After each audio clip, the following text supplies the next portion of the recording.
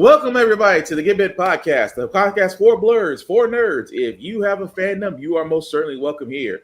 We are your hosts, the most, Black Spartan, Show Guy Joe, Tafari TV. Fellas, it is officially the weekend. How we feeling? Yeah, we have survived Friday the 13th. And how? So far. What are you talking about? We're going to get killed. Of course, I walked right into that one. Way to be positive, Joe. Way to be positive. Look, this is my second to last day of my birthday vacation. That's an appropriate thing. Yeah, fair enough. Cheers to another year of life. Right. Yes, 42. Meaning, just like Krillin, it's all downhill from here. Happy belated birthday, Joe. Just all downhill from here. Oh, Christ. With that being said, as you can see, guys, we are leveled up, which means that we do try to watch our language, but words do fly. At the same time, we do show video and movie game trailers on this show, so viewer discretion is advised for younger viewers. Aside from that, welcome. Beyond that, guys, there is, well, it's like I said, it's Friday 13th. Everything's backwards and whatnot. With that being said, we do have a couple of trailers and news to get to. We first got to go ahead and first start, and well, Alien Earth. I'm gonna say one thing, and before we get to that, I know Killer of Killers has been out for a while, and I know for me, I missed it. Tafari, you've seen it. Joe, you've seen it. Before we get to the Alien Earth trailer from FX, what did y'all guys think of Killer of Killers? I very much like this direction we're going in as a franchise with Alien and Predator stuff. Doing a good job of connecting things. Putting us on the technology that I didn't know that the Utah? The Yautja? Yeah, that's the Yautja. I didn't know that they had. Finding a way to actually connect the Prey movie into it. That kind of bummed me out. Yeah. I'm not gonna lie, I was kind of bummed they redid the flintlock pistol, but I'm hoping that we can still get that story. But they've done enough to make me want to trust them with whatever they do next. I would have liked these to be long, like individual 45-minute to an hour episodes. Yeah. Because going across the time periods, them having their own version of inhibitor collars from the DC world. Mm-hmm. I want to say this was possibly just one tribe of the Yautja that's more of a civilization. I think Badlands will expand on what we saw planetary side. Mm-hmm. I agree with you that I think this is a different tribe because this kind of retcons the end of Prey. Because in the ending credits, spoiler for a movie that's been out for 5 years, we see the Predator clan come down and reward the main girl's tribe with weaponry. And in this one, we see that she's in cryo freeze. Mm-hmm. So they kind of retconned. They either retcon the ending, or this is a different tribe of Yautja that's like going around collecting people that are deemed worthy to hunt for their own sport. Okay, if you were to tell me, let me see. So they follow. So just to ask this question, so in Killer of Killers, there's more than one predator that they're following, or is it just feels like that? There's more than one predator. So there's like a berserker predator, a ninja predator, and a fighter jet predator. A ninja predator? Yeah, so they basically have looked at different cultures for a long time, and the predators who take the interest in whatever kind of combat they do the most, that's who goes down there. So the ninja predator, he moves around, jumping on rooftops, all kinds of sword technology and whatnot. Shuriken. Shurikens, dagger, like long spear type, like range fighting stuff. The Berserker Predator, very much a hands-on combat type of guy when it comes to fighting the Vikings. And then for, the World War II Predator, very much just likes to fight in the sky. I have got to go back and watch this. Dang. Because these are different takes on different predators. This is not combat. Oh yeah, don't get me wrong. That's exactly what you're 100% right. You're exactly that because I know on this show I have I have aired some grievances about Predator and that they kept rehashing the storyline, but that sounds way different. They do a good job of explaining how they're keeping track of these people across these time periods for so long, to the point where it's like, hey, what range in the movie like Predators? What kind of range of people could you possibly get on one planet for a great hunt, and what backgrounds could they all have simultaneously? And they do a good job of kind of doing that.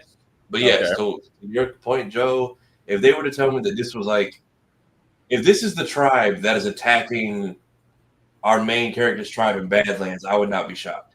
Like if you told me every tribe we've met has been traditional, here's your weapons, you bested ours, you beat him on his own hunt, and these people have just been coming behind them and like snaking everything, I would not be surprised if that's how Badlands starts off, because it already looks like we're getting like an internal conflict when that movie begins. Nice. I had to go back and go watch that. The one that will probably annoy you the most will be the Ninja Predator, because that is the most predator. But it's a ninja. It's not a predator. Let me stop you there. Is it a ninja predator in the traditional sense of being predator, or the fact they are actually doing ninja tendencies or tactics?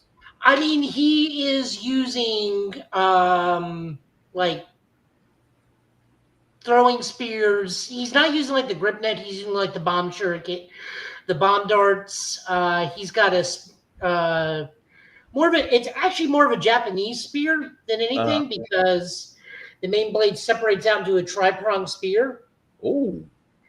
And he uses cloaking a lot, and he uses his like arm claw. Well, that's still ninjas. That's still stealth killing. So yeah, so it's ninja-esque. I can live with that. Yeah. That's not that's what I'm saying. It's not the traditional shoulder cannon and just aiming. Oh no, he doesn't have shoulder cannon. Okay. Like they keep having the dots appear, but it's only for visual scanning, not actual like shoulder cannon target. We don't get that kind of a predator. The Viking predator to me is the most impressive, because he's a actual berserker handicapped predator. So he just straight up just won. That was my only thing, was the handicap. I'm like, all right, I get it. That's a little OP though. Like, how does that even work? Sonic cannon. He just like cranks back and just lets go. So it's like a giant. He can like do a shockwave punch. Oh, nice. He's got like a sonic spring on it, on a fist with like a crank on it. And I'm like, okay, but I'm like, is this because you're handicapped, or do you all have this and just willingly choose not to use it? He's handicapped. I legit think it's because he's just up close. So he's really up close and personal then. It's like fair and unfair at the same time when he fights. I am so y'all are gonna make me want to watch this after the show's over, because now it's definitely worth multiple watches. And a Blu-ray pickup should they choose to do so. Cool. Well, thank y'all for that. But now I guess I just gotta see this Berserker Predator, this Ninja Predator. That's gonna stick out to me. Anyway, that being said, thank y'all guys for that. If you have seen Killer of Killers, let us know what you also thought in the comments. But Alien Earth, again, Predator just seems to have a lot of avenues coming out. This one is actually coming on FX. Me, Tafari, and Joe have all talked about it and have sat there and said that we're definitely going to be watching it. And again, as we get closer to its first episode, FX drops us this latest trailer. Let me also say this again. This is Alien, which means you're going to see a lot of gory stuff. Even though it's FX, even though it's on cable television, you've been warned. 10, 9, 8, 7, 6, 5, 4, 3, 2, 1. How's our girl? She's ready. You're going to be the first person to transition from a human body to a synthetic. Because I'm special. That's right. You're very, very special.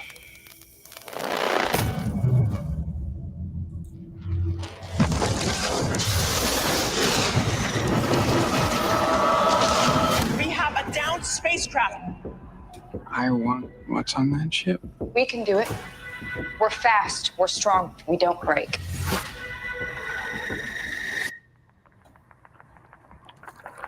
It's like a zoo, but the animals got out. This ship collected 5 different life forms from the darkest corners of the universe. Monsters.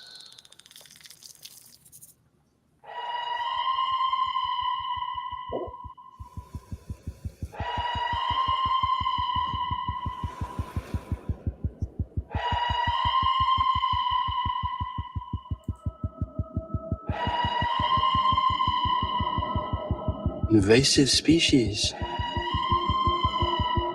Predatory. If we don't lock them down, it will be too late.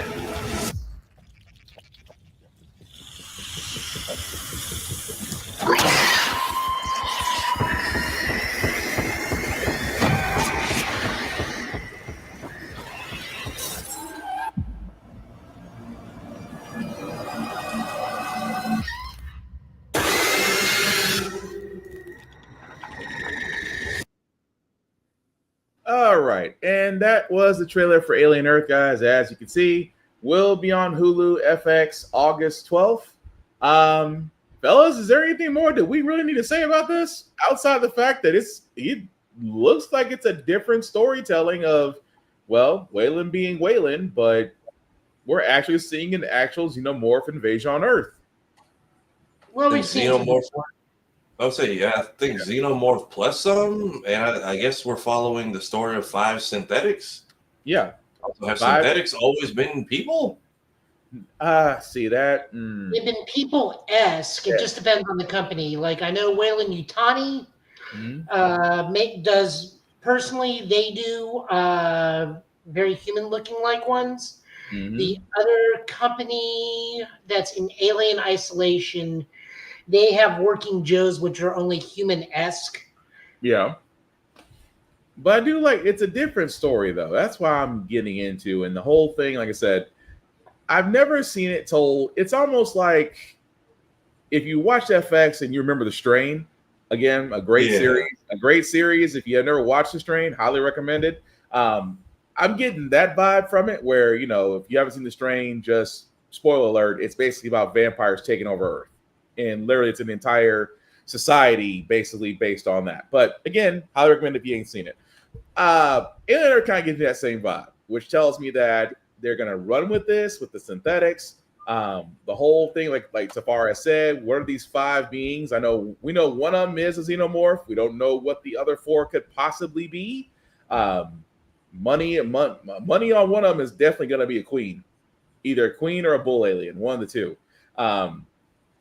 But there's nothing more that can be said about this outside of just waiting to see it August the 12th. But guys, anything else you want to add to it?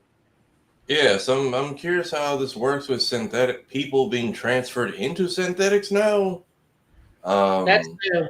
That's what I was talking about. I'm like, have synthetics always been just people that got avatared into another body? Because the way they made that sound, that was a brand new thing to the point to where it was like, you know, you're going to be the first, you know, when they say you're going to be the first person to transfer your consciousness to a synthetic body, I'm like, oh, so either old girl's dying or she's a special project. Well, she very much looked like a cancer patient. So, all right, I'm curious if they're going to follow that up in the Badlands movie with the synthetic that went through whatever the hell it went through. I'm also curious to what the 5 species are, and if it's going to be like Jurassic Park, where they just become a part of the ecosystem, or if they actually find a way to contain these things. That'll be interesting because that kind of tells us. I mean, like you said, if it ties into Badlands, that's saying something else because that is kind of setting up for a universal story. Either way, I'm all for it, but that's a good question, though. That really is a good question. But either way, still watching that when it comes out on FX. But Joe, anything else? No, I mean, I'm looking forward to it. I'm wondering if they're going to drag in Colonial Marines too, because it looked like we had some Colonial Marines, or they could just be the synthetics being heavily armed. I feel like we're going to see the synthetics try to keep people alive and fail miserably so that you get the carnage, but you can still keep your main characters without killing off the whole cast. It makes me want to play Alien species that's not a xenomorph is going to get face hugged. That's gonna be interesting. But at the same That- time, oh, That could also be an interesting thing. Like that could be the plot twist. Is like the 4 other creatures are like, you assholes, we were running from that thing and you locked us in a room together. You dicks. is it bad? The first thing I thought of was a gorilla. Is it bad that I just see an alien, a face hugger, go for a gorilla in the zoo, and then we have the most messed up hybrid on Earth? Dude, that could be the season finale, just a series of hybrids being born all over the world. I mean, I thought about it. I mean, a face hugger and a snake, that's just the thing of nightmares. But I think, would it even be able to get a snake? I feel like snakes do not have the right build to get grabbed by a face hugger. I feel like they can only pinch so They much. can adapt. But think about it. A mutated cobra that's a xenomorph? Yeah, so in the comic, when facehuggers go up against something that they're not adapted for, they will try to adapt, or in the case of one scenario, they were fighting something that was almost a natural predator to xenomorphs. It was like a giant ice rhino, like a colossal ice rhino. And also, like a whole bunch of facehuggers just jumped into its mouth, and that's how it like got in. Also, let's not forget birds that can fly, like falcons, eagles, hawks that facehuggers can grab. You thought a fast-moving land-based xenomorph was good and terrible. Do we want to see one that can fly? That's the stuff of nightmares, honestly. But I can see we get a birth at the end credits. We get a birth of like hybrids all over the planet from different animals. And start of season 2, Waylon's got them locked in like a xenomorph zoo. I'm just saying. Talk about the stuff of nightmares, boy. That would be like, yeah, I would probably have to not sleep for a while after that. But either way, August 12th should be interesting. But speaking of interesting, Superman. We just gotta get this out the way because tickets for the first viewings are already sold out in most areas. For July, I want to see Superman, just not that bad, not knocking those that did get their tickets early. If that was you, then cool. I'm not gonna knock you for that. But as July 11th it gets ever so closer, James Gunn decided to give us another trailer from Superman. And this one, you actually hear Lex Luger talking. So, Luthor. Sorry? Luthor. You keep saying Lex Luger. I'm expecting the bus to pull up and Superman to be put into a torture rack. Thank you for catching that, because I was like, I thought about that. Deal with poor Miss Elizabeth. I did say Lex Luger. Oh, my bad. That being said, guys, here's the latest trailer for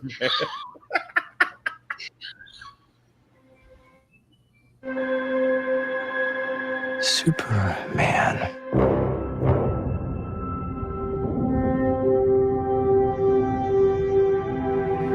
The most powerful being on planet Earth. We finally meet.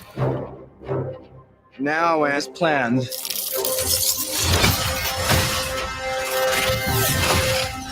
I'll destroy you. And of course, that reporter you always do interviews with. Who raised you as a child? I'll kill them too.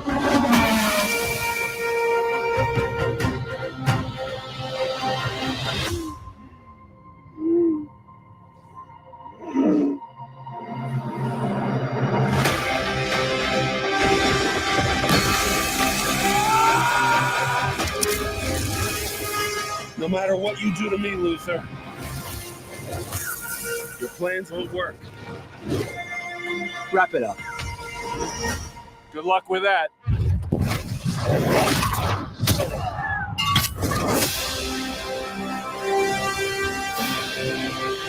Make a move, Big Blue.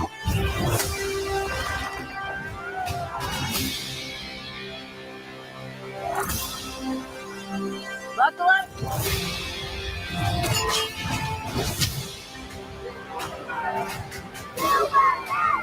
They chose him. Let them die.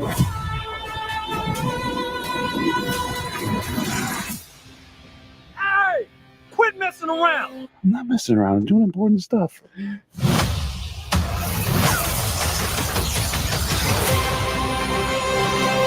Hey, buddy. Eyes up here.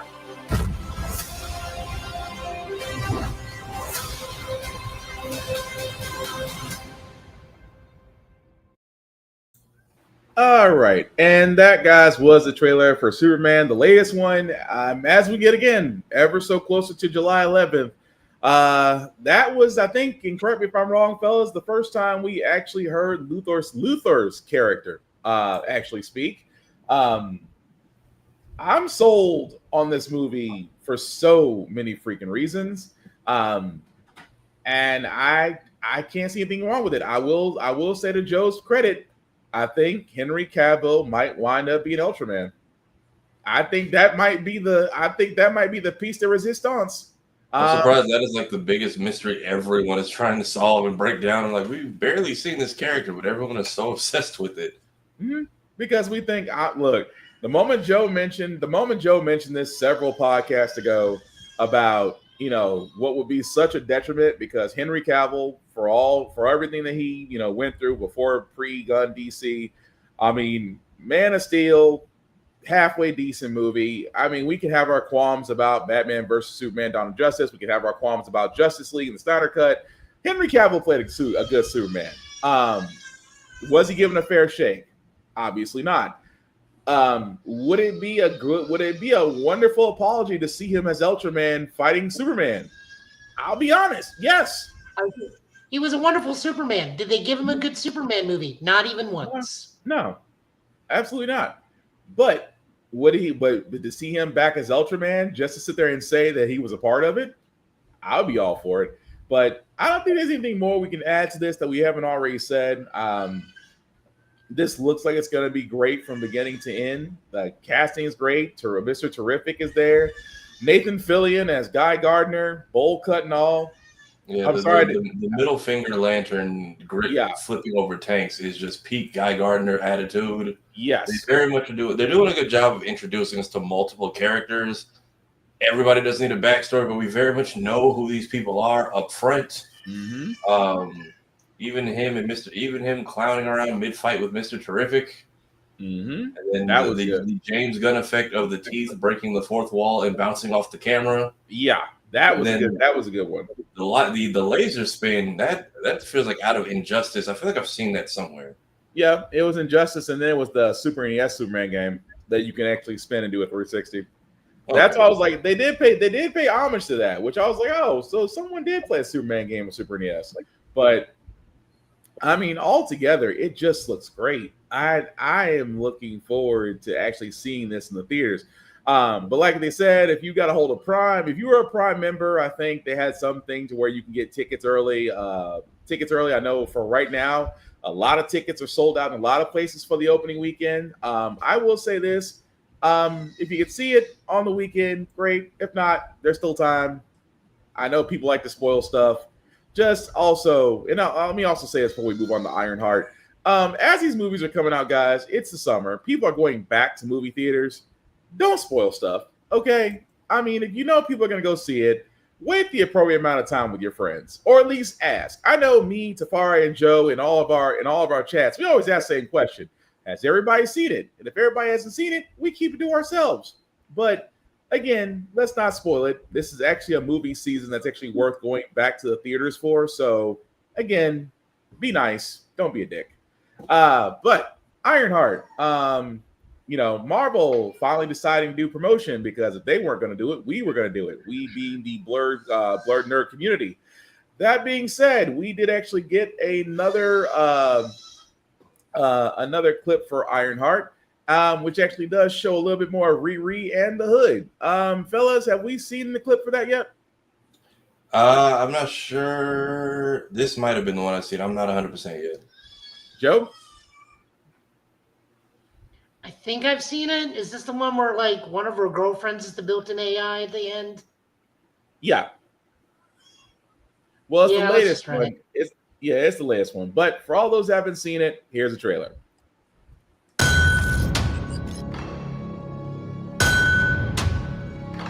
My stepdad used to say the best way to know a thing So take it apart. Put it back together. Then you can see what it's really made of. You should take your dad's advice. Break yourself down. See what you're made of. Here goes nothing. If I'm gonna protect people, I gotta start thinking outside the box. Out of all the things you could have built, with that big brain of yours, why this? Because I have to. Might be a hero in there after all.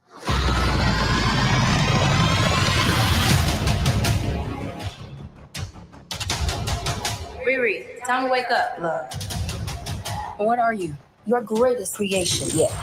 Who the hell else would it be, bitch? And I'm not mad about that. That, guys, was the latest trailer for Marvel Television's IronHeart. As you can see, guys, will be streaming June 24th. So we are not too far off from that. Of course, they are only getting 6 episodes, which, let's be honest, Marvel/Disney is being very conservative unless you're a Daredevil. And even Daredevil Born Again only gave us 9 episodes the first season, and we're getting the other 9 in the second season. But we did get a better picture of Riri. We did actually see the AI that may possibly be her in the suit, her AI in the suit. And, of course, Mr. Ramos himself, fresh off the Hamilton reunion, will be donning the hood. So, fellas, what are we thinking as far as this? I mean, we're already set to where we're going to be probably watching Ironheart, but does this make you have any more questions, or is it pretty much like we just need to wait and just actually watch it when it comes out June 24th? I'm curious to see how she merges the dark magic into her suit, which is what it looks like. Yeah. Between the AI and her stepdad, I'm like, are we just going to start the show with multiple drive-bys, or? I mean, they went straight for the jugular on that one, didn't they? That was along the lines of, hey, my dad, and then backstory. Like, dang. Yeah, because I know her best friend becomes her AI after she gets killed in like a shooting or something. But I'm like, damn, does your dad and your bestie get like shot at the same time, or what's the story here? Yeah, that's definitely saying a lot. But yeah, with the Hood, I'm kind of curious to see what they do with his backstory. But yeah, 6 episodes is not a lot unless she is, well, technically she might be tied. I mean, well, let's be honest, she probably is going to be tied to Eyes of Wakanda when that comes out. She's probably going to be tied to a lot of other things. But 6 episodes is, how can I put this over so nicely? I hope they do it justice for an opening that does not require a closing, if that makes sense. I'm trying to say the best. I want it to be a nice presentation, but not to where we need to wrap up a small story in 6 episodes, if that makes sense. But Joe, you got something on your mind, sir. Well, question is how are they running this? Are we doing a 2-episode opening and then we run for only a month? Well, I think possibly 3 episodes. Let's find out. I'm gonna try to do a quick search. To see what we get. I'm not totally up to date with Ironheart in the comics. If she's not in an issue of Champions, I don't have like the full origin story. I'm still. I'm sorry. Go ahead. I just saw the episode. I'm still not pro Ironheart, not on this, but in the comic sense. Mm-hmm. I still have the thing that she was created and only to make Brian Michael Bendis a paycheck when we already had an established character getting ready to step into that role. Mm-hmm. And they've never used that character ever again. Like she has never been seen or heard from ever again. It was Rhodey's niece that was going to be the new War Machine when Rhodey was getting ready to use the Iron Patriot armor. Yeah. Yeah. Well, to answer your episode guide question, Joe, June 24th, you'll get episodes 1, 2, and 3. July 1st, you'll get episode 4. July 8th, you'll get episode 5. And on the 15th of July is episode 6. So what's the Star Wars thing coming out after this? Because there's got to be a Star Wars thing. In July? That's a good question. Because I'm just like, for 6 episodes, that's interesting. Unless it's usually nonstop with them. As soon as something ends, they got something coming out right after it. That's what I'm just like. I think they would have been better off with a 1-episode premiere, because to finish, this would have finished and dropped us off right into Eyes of Wakanda, which is also apparently kind of like Predator, is going to be a weekly time period series. Yeah. So we're going generations in the past. I think we get. I would not be surprised if we go from the landing of the meteor to current day Wakanda throughout that show. The other question I have, and again, I'm not caught up in her books. If she's not in Champions, I have yet to read it. Why are we using the best friend instead of Robert Downey Jr. being the AI? Money, and apparently that does happen in, I think, recent books, recent Okay, iterations. the current one, not the one she got from finding the Iron Man armor and rebuilding it from the dumpster. Right, they're not going with that story. The story they're going with is the suit that she builds entirely of her own, with her friend as the eye, is the current run. So they're not. I think that's why they have the neural links popped up, because I'm pretty sure her subconscious is looking at her friend as like her Jiminy Cricket, which is how she becomes the AI. Yep. But yeah, apparently friend gets killed in a drive-by, and when Riri does that, apparently that's who manifests. Yeah. So that is comic accurate. Also, Robert costs money. So Robert's on set is why I asked. I would not be shocked if, again, this ties into Civil War with the Tony Stark "everyone's grants shall be paid for" type thing. Mm-hmm. I could also see that being why she gets kicked out of MIT. Like somebody gets caught not doing their homework, and then like your whole racketeering ring is probably going to get busted. Pretty much. But I mean, the way they were saying, the way they showed it in Wakanda Forever, it's like the way that Okoye rolled up on her and she immediately got paranoid. It does kind of say some things. But no, I'm looking forward to it when it comes out June 24th, and we'll definitely be covered from there. The last movie trailer that we do have before we get to video games and other news, this one I think was just announced just yesterday. Like I said, this is kind of in the realm of me and Joe's time. Before we go into this, let me say one thing. I don't want to interrupt you. Go ahead. He needs to shoot his scenes now. The man is 96 or 97? 98. Okay. My point is we don't need him doing an actual Yoda in the middle of the movie. You're right. Hey, this is why I feel. That's what I feel about OG Professor X and Magneto for Doomsday. I'm like, I get it. We're probably gonna crisis on Earth this thing. Here's all the OGs. We'll put all your Earths together with new faces. But I'm like, I need y'all to like film their shit first. They've been with us a long time, but any day, anything can happen. And what we're getting to, for all those that don't know, Mel Brooks did release this, and this was a long-running joke. Again, this was a time when me and Joe and others were very young, and a classic retelling of Star Wars called Spaceballs came out. In the same realm as Mel Brooks. If you know who Mel Brooks did, you know he did a lot of movies. He did a couple movies that probably wouldn't fly in this day and age.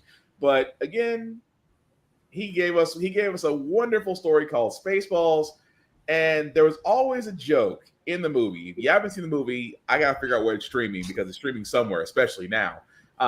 There was a joke about the sequel for more money. You'll see me again in Spaceballs 2, The Search for More Money. Yep. And with that being said, we did not know several decades later we would finally get the answer to that sequel.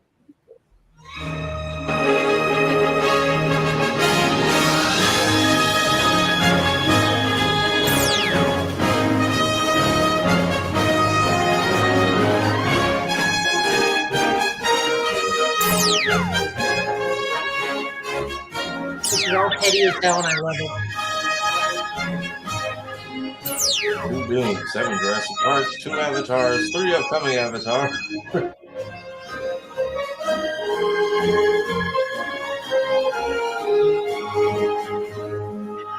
you potential DCU attack.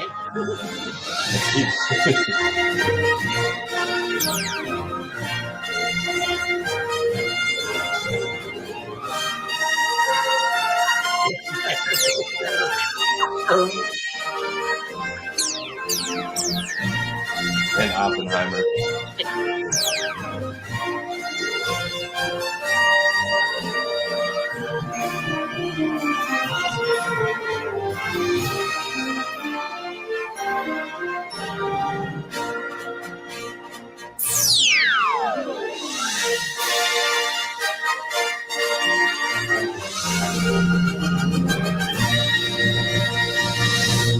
After 40 years, we asked, what do the fans want?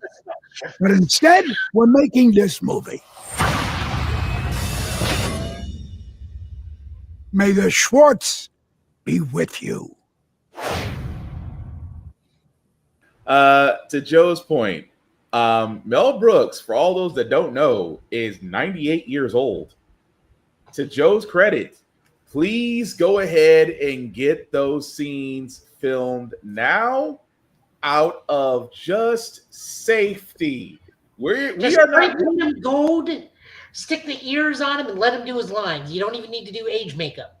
At the same time, we're not wishing ill will on Mel Brooks because, again, if you know Mel Brooks, Dude, that's a crime. I mean, Blazing Saddles, History of the World. I can keep Robin Hood, Men in Tights. I can keep going on about all the movies he's made. But Blazing Saddles will always be near and dear to my heart because there's so many jokes from that.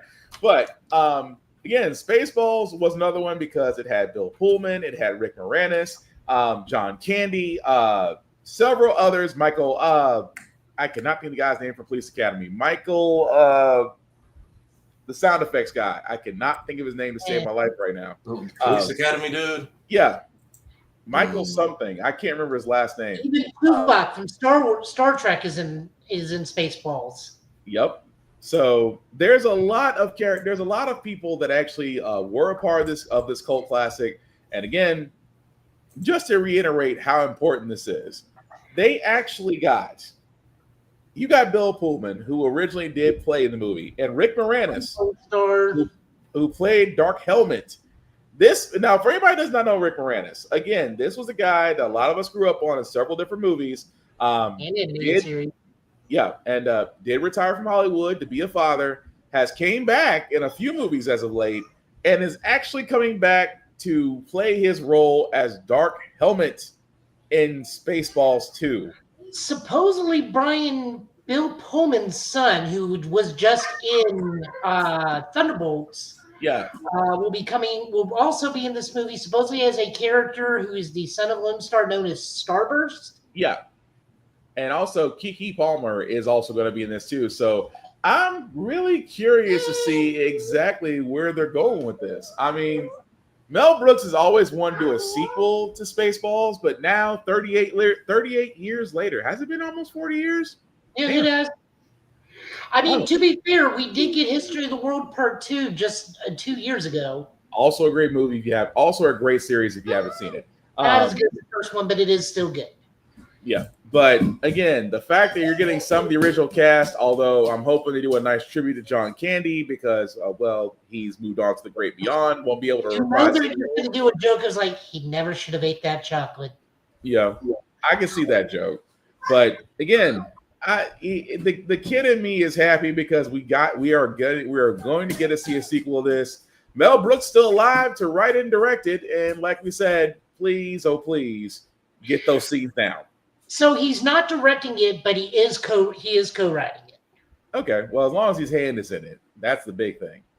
As long as his hand, I don't know why, but if it's not Mel Brooks doing anything, I would rather not watch it because if it's not the original director behind this, it's not going to make any sense. But although Mel Brooks does get any older, he will be screen accurate to Hotel Transylvania, Grandpa Drac. True. Joe, I mean, so far I hate to ask this because I know, like I said, you're a little bit younger than us. Have you ever seen the original Spaceballs? I have not. I just know all the memes and references from you guys. Dude, you have got to go see that.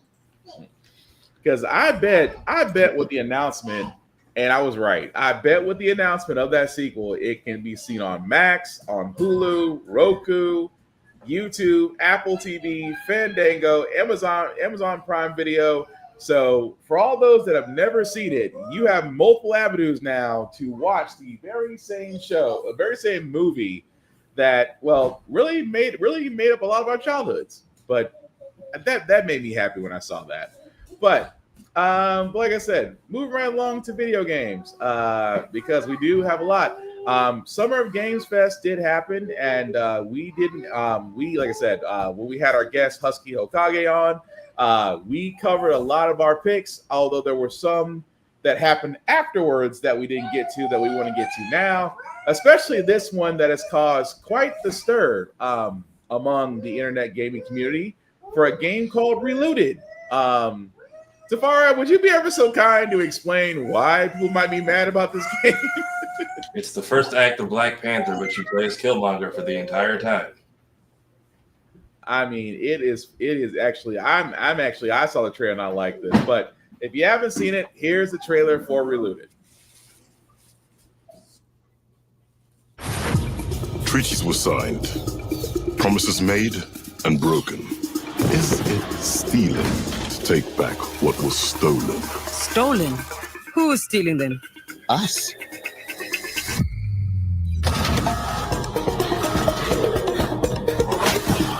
It's time to get out of there. Let me introduce a friend of mine. Smart, agile, and will let you look into places with the tightest security.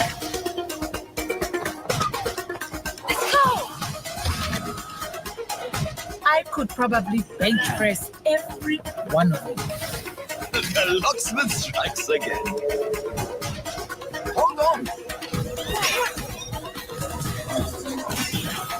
Listen, are you having second thoughts? No. Just hoping you won't get me killed. Yeah.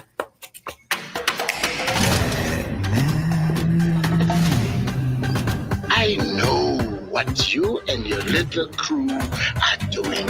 Nobody threatens my family or my friends and gets away with it. So we are going to do whatever it takes to take back Africa's belongings, and we're going to do it together.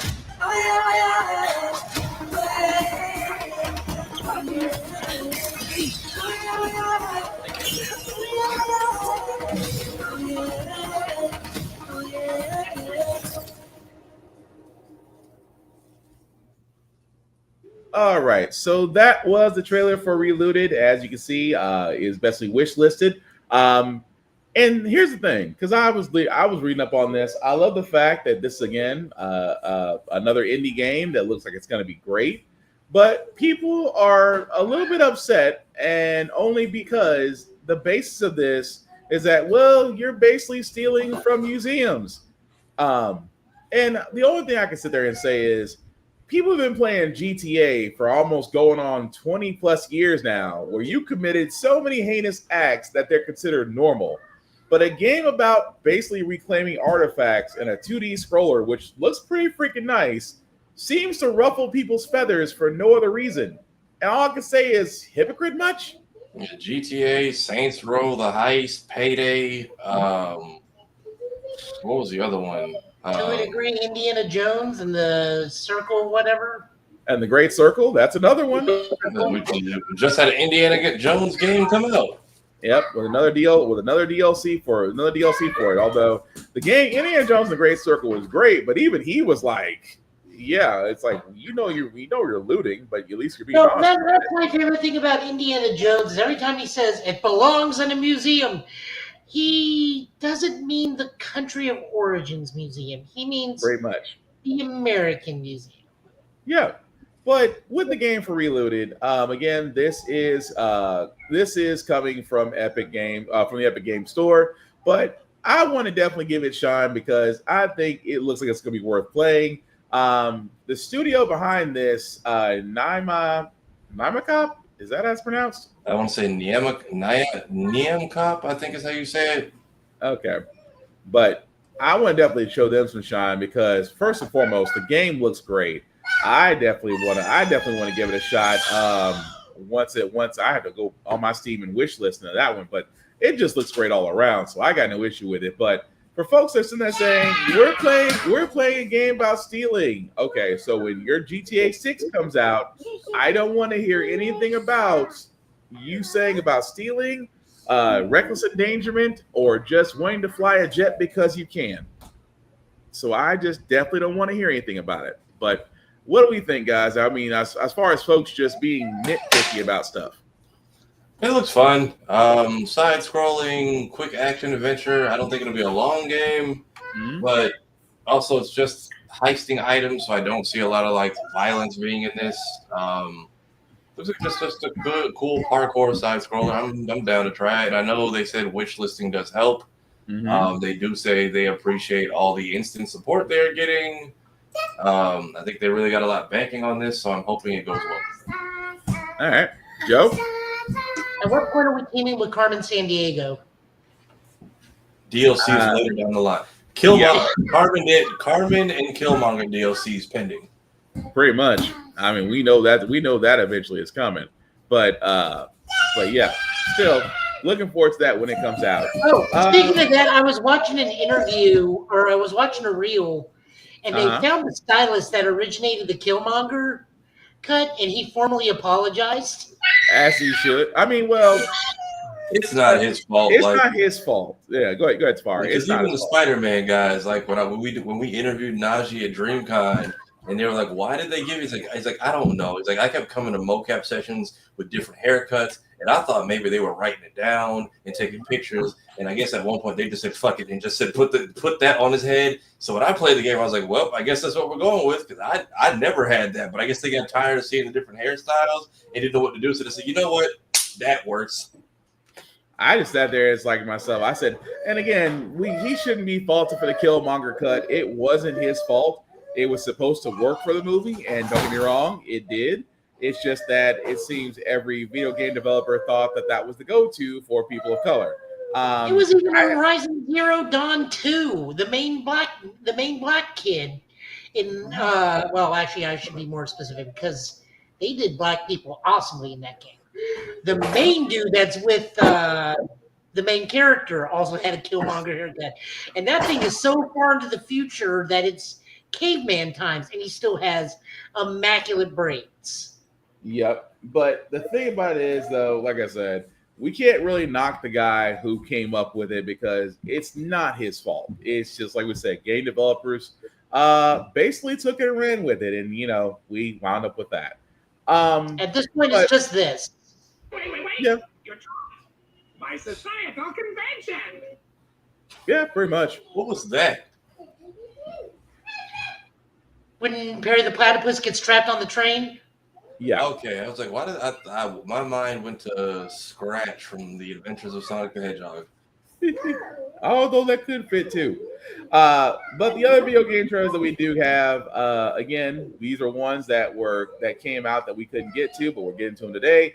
Tenet of the Spark. I have yet to see this. I know they dropped a concept video a long time ago. Like, I've been waiting on an update for this for a minute, and this was during, I want to say, Future Game Show. Okay. Yeah, there was 3 other shows that happened. Like, I think while we were live and the day after last week, and this was. Oh yeah, I forgot about Future Game Show. I need to go back. There's like 8 different things, and then I think CEO is happening right now. Yep. Well, I know we got either GamesCon coming up, or I know Tokyo Game Show's coming July or August. One of the two. Yeah, Tokyo Game Show is July. And I need E3 to come out of retirement, like the grandma that doesn't host Thanksgiving anymore. Like your children. You need to be paying attention to Tokyo Game Show, because if you're getting Kingdom Hearts info, it's going to be there. I mean, they've given so far. All we've gotten is Goofy Movie Lo-Fi with a hint, and whatever that dancing animation they put out for Mickey's YouTube channel recently. Or they could just go ahead and tease another. They just like dragging that out to folks. But anyway, here's the trailer for Tenet of the Spark.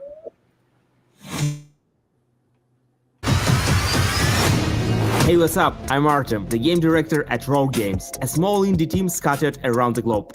We're making our first game, Tenet of the Spark. The true power of the Spark. It's a cinematic action where you fight bad guys over 3 timelines. Present day, the Viking Age, and the Aztec civilization. All at the same time. You got it, right? Ancestor, I need you. And it's not just for show. You have to use all 3 characters to explore, deal with tricky enemy types, and solve puzzles. It also answers questions you thought you'd never ask. Like, how the hell does this black boxer have a Viking for the great-great-great-grandpa? Or why did this train car turn into a giant rock? And the biggest question is, why did they risky roll with such a difficult project?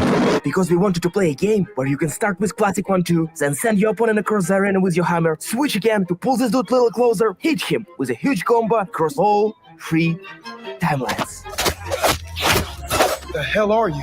And now we're making that game with the blood, sweat, and spark. Tenet of the Spark. You got it, right? I got a little mini-me. Look, wash up.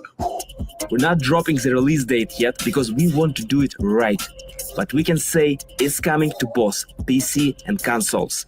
Follow and wishlist Tenet of the Spark on Steam. And go look at your family album. Maybe your grandpa was a badass like mine. You never know. I have several questions. Getting beat across multiple timelines is not a bad idea, and I like the concept. Yeah. I got nothing else, but I'm just going to wish list this one and find out. But fellas, any thoughts on this? I appreciate them just saying, hey, we'll give you an update, but not a release date. I fully understand it. It's a unique concept because we've had games like this, like what was Spider-Man Shattered Dimensions and stuff like that, but simultaneously crossing every time period at once mid-combat is such a unique thing. So yeah, I'm curious to see what this is like when it's released, because this could be turned into a franchise if done right. Oh, it could be interesting. I mean, fight mechanics alone would make this way different. Joe, any thoughts? The Aztec guy looks like the main bad guy from El Dorado. Say that one more time. The Aztec dude looks like the main bad guy from Road to El Dorado. He does. He does. Also, if I play the Aztec guy, can I be Krunk? Just because you just want to sit, just so you can recite the line, just to get Cusco's poison? Oh no! I just want to be able to hit somebody. It's like punch somebody through time. Oh yeah, it's coming together. That line would work though. But no. Or my even better one. Wait, you knock him out. Wait.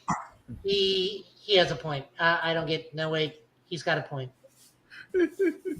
That still works. But as you can see, Rise of the Spark, Tenet of the Spark is actually going to be on wishlist on Steam. A lot of games are being wishlisted, which, again, I'm not knocking. I do like the fact that some game developers would rather be honest with you than lie to you and push a deadline that just wouldn't be able to work. So that definitely does make sense. I can actually respect that, but definitely will wishlist that as well.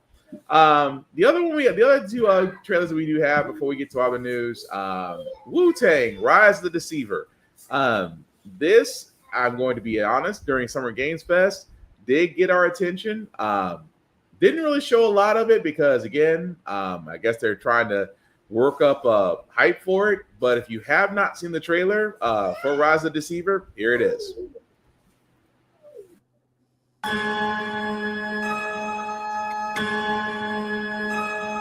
They're out there. All gotta rescue mom. This is what we gotta protect. We cannot choose when people's dreams get snatched up by Find Inspector Death. Find Rizzo. Find Master Kill. Find Jill. Find Method. Find Alejandro Raycon. You find Cat. Find Ghostface Killer. Where is the Wu-Tang Clan? Find them.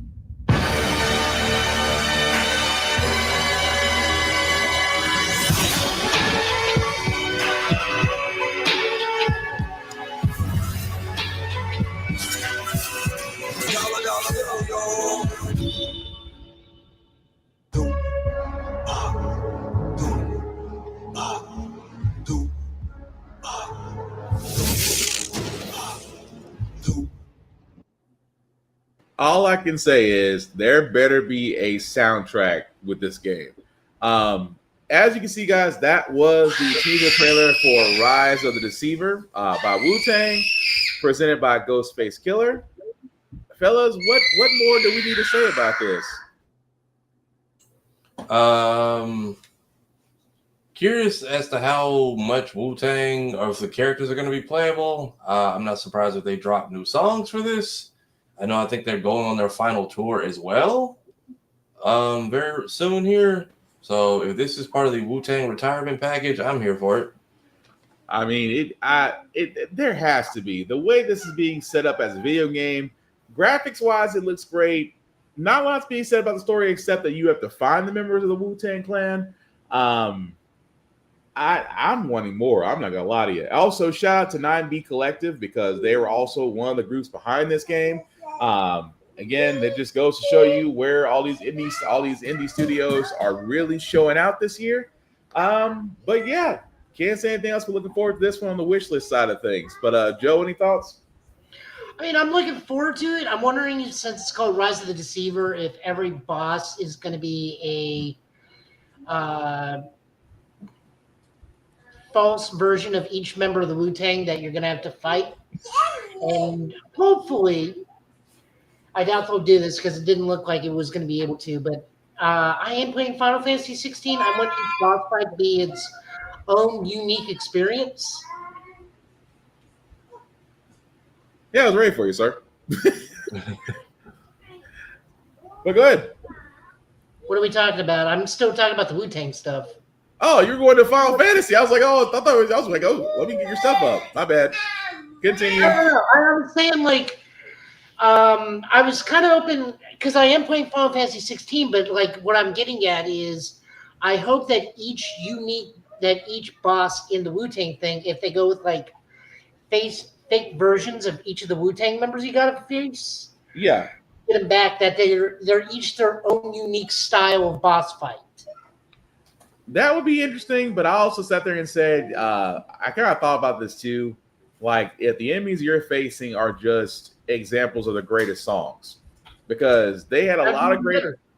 I mean, it would work too, just from a lyrical standpoint. But I'm all for new music. If Wu-Tang is going to be having new music to go along with this game, that's where I'm all for it too. But that concept is still great too, because if you are fighting deceivers, you could be fighting imposters, and that goes to the whole thing. But at that point, I'm gonna ask for Def Jam to get their mess together and finally give us Vendetta 2. But again, that's just me.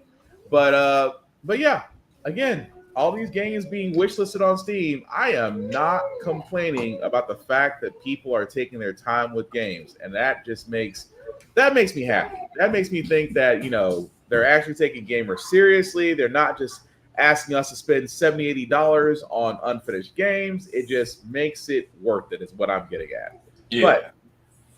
But Joe, I did want to throw it to you, sir, because you, outside of your birthday, you actually did get a Magic the Gathering Final Fantasy starter set.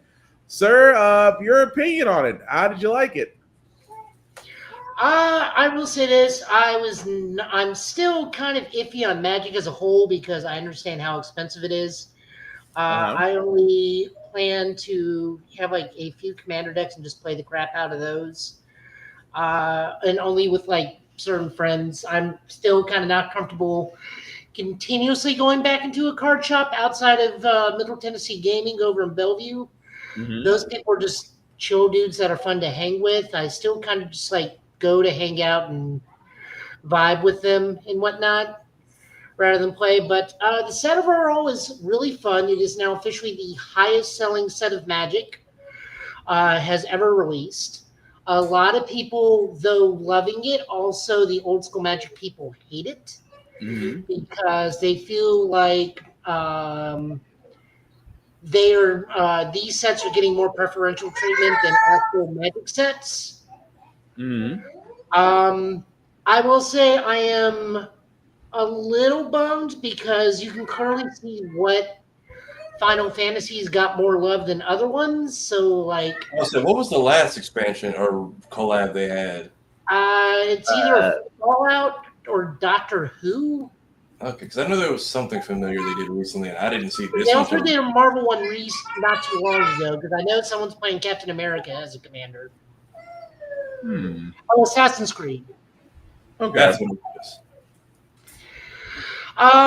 And it's taking away hype from the next actual Magic set, but it's also a big space opera set, next big Magic set, and then the set after that is Spider-Man. And we're already seeing previews for Spider-Man, even though that's 2 sets from now. We have yet to see a preview of the actual Magic set. However, I do have to laugh with some people. It's like, well, I want it to go back to old school high fantasy. It's like, do you know what half these games are about? Do you know how many goddamn dragons you have to fight in Final Fantasy? Oh, let them fight it the hard way. Do you know how many black mages you have to stab on a repeated basis? Unless it's Vivi. Vivi is a sweet cinnamon bun of a fireball launcher and should be protected at all costs. But he's also the highest, most expensive card in the set. True. The other thing I can say about it is this set actually does fix some issues with certain color typings. So red-black can never do what red-blue did and be a feasible spell slinger, which is low creatures, high instant spells. Okay. Red-black can now do that. Not on par with red-blue, but enough to where it can be sufficiently run. Gotcha. I am having the most fun with Commander. I've already built a red-black deck. I've got Squall coming in the mail. This Final Fantasy VIII is my favorite Final Fantasy. I wish I could afford Clive, but I'm budgeting myself to a certain amount. I am not going to go to that budget. I live on my own now. I have to pay for everything. So Magic the Gathering cannot impede me paying bills. I refuse to be that person that goes like, I can afford that set if I don't eat for a month. Yeah, that's always it. Those are ramen to afford this new nerdy thing. Let me put it to you this way, people. I like to eat. I like to cook. My love of being able to feed myself will always win out over overly colorful cardboard. True. Even though I did sell some of my trades today to Middle Tennessee Gaming, again, we're shouting them out because Jeff and Charlie are good people. I got about $75 store credit. So, Nice. That's one quarter of a box for the next set that comes out. Well, that's good to know. I was at least going to get a starter deck just to sit there and say I have one, although it has been forever and a day since I played Magic the Gathering, and I do mean it's been a while. That being said, we did want to go on to our last video game trailer before we get into our news, because we do have some sad news. We do have some other happy news of other things. We got news that confuses the crap out of us and makes us slightly angry. Not Abe Simpson angry, but close to it. Yeah, that too. That being said, this also was a Summer Games Fest trailer. Again, more on the survival horror side. It's basically called Ill. I will stress this very heavily. It is more of a Resident Evil Dead Space game. So it definitely is graphic. Viewer discretion is advised. So if you intend on sleeping tonight, you might not want to watch this.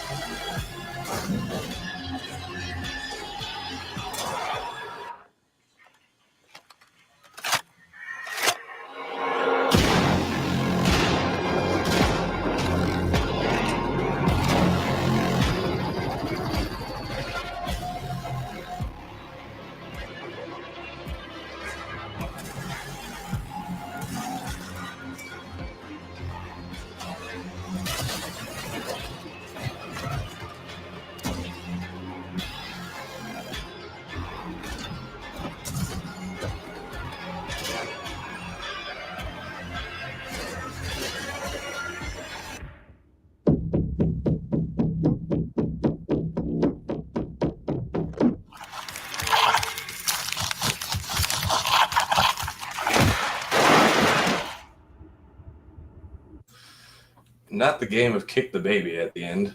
I'm sorry. The baby being kicked at the end always makes me laugh a little bit, and I know I shouldn't. It makes me question about that being a parent.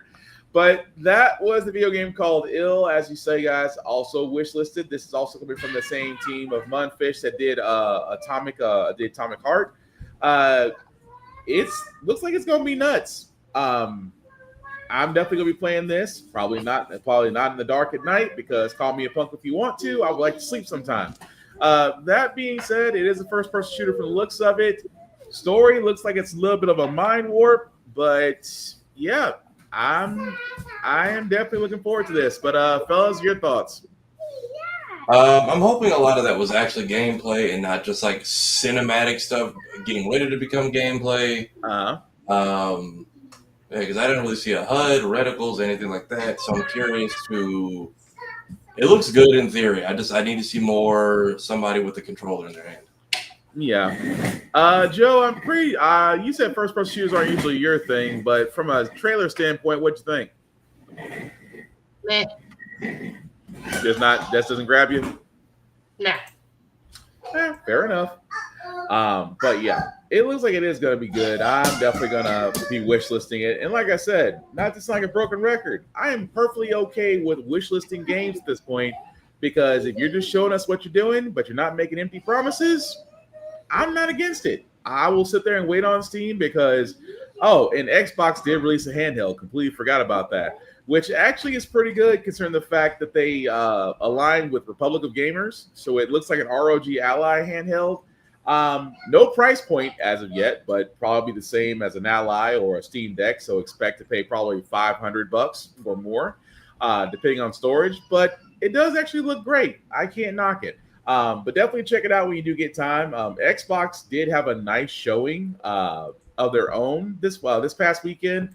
Might have outshined Summer Games Fest a little bit with the games and they've shown, but again, can't knock it. Although State of Play with Sony also had some great things as well. We actually found out we're getting a Resident Evil game. We're getting Resident Evil 9 Requiem, which is basically following Outbreak. Still, all great things. But the news we did get, I have to thank Joe for, because again, we are getting a reboot of Running Warriors. It has been a while since 1998, and they are actually getting introduced to a brand new generation. If you have not seen the trailer for this, here it is, and let us know what you think.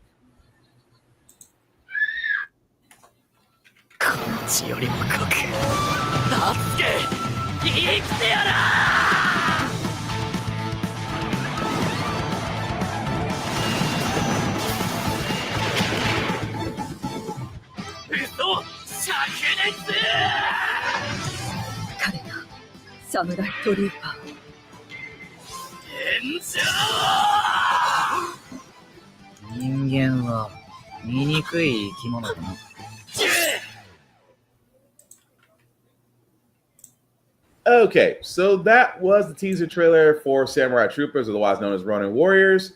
Now, as far as news, because I did try to go to the actual site itself, I thought it was a movie at first. Joe did correct me. They usually take a couple of episodes and actually string them along to show as an OVA in movie theaters, hence why you're probably seeing the movie there.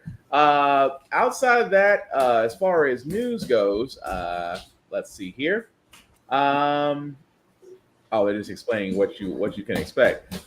Joe, as far as a release date, do we know?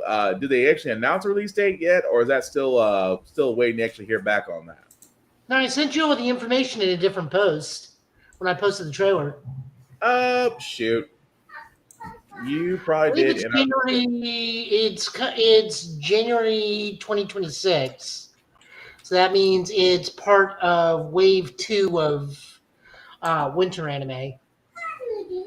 Okay, got it. Because I know, like I said, I was trying to see information directly from the website, and that's my bad. I should have actually had more on that. But I know, Joe, you've seen Samurai Troopers as well as those Running Warriors. Tafara, have you ever seen Running Warriors? Clips and pieces, but I've never heard anything bad. So I'm seeing a lot of the OG VHS Saint Seiya type people popping up on the timeline. So everyone's very excited for this. I had the toys.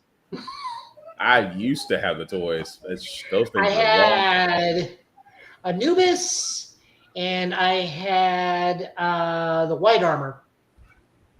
Okay. So I was about to say, yeah, I used to have the toys, but oh, okay, my bad. I got the link. So it actually will be appearing. It actually will premiere in January of next year on Sunrise handles the animation. January 2026 is when it's supposed to debut. Okay, that's cool. I can live with that. Next year is a nice little surprise.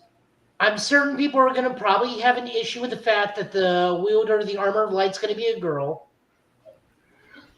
More than likely. Oh, well. Samurai. There were female samurai. Let's not forget that. Oh, another anime. Oh, I missed this one. Another anime returning after 3 decades is Cat's Eye.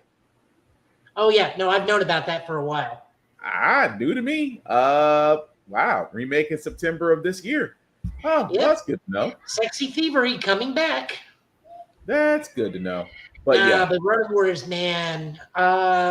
So this is a sequel. The main character, the new wearer of the Armor of Wildfire, is Guy. That's as much as we know outside of one returning character, which may or may not be from the manga. I don't know if this is adapted from the sequel manga that came out a bit ago.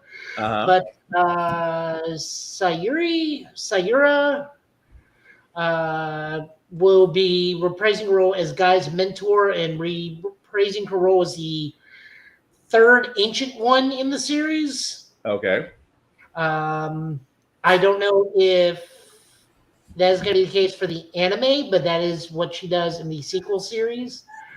I don't know what's going to happen with the other ones. I'm assuming that they are either going to be sealed mentors or possibly parents to the new one, because this may be in the modern time frame. So all those boys are old enough to be fathers at this point. Nice. God help you if you're Kento's kid. Yeah, that looks like that's gonna be cool though. I wouldn't mind it to be Rowan's kid though, like Rowan of the Stratosphere, the space arm, the one armor that was the hardest as hell to get him because that boy was in low orbit. Nice. You don't remember that one? Rio had to launch himself like into low orbit space in order to get Rio back. It'll probably come back to me. I'm not gonna lie to you. My mind is kind of blank right now. Go to a volcano and launch himself on a rock platform just to get himself high enough. Still not ringing a bell right now, but it'll come back to me. I'm pretty sure.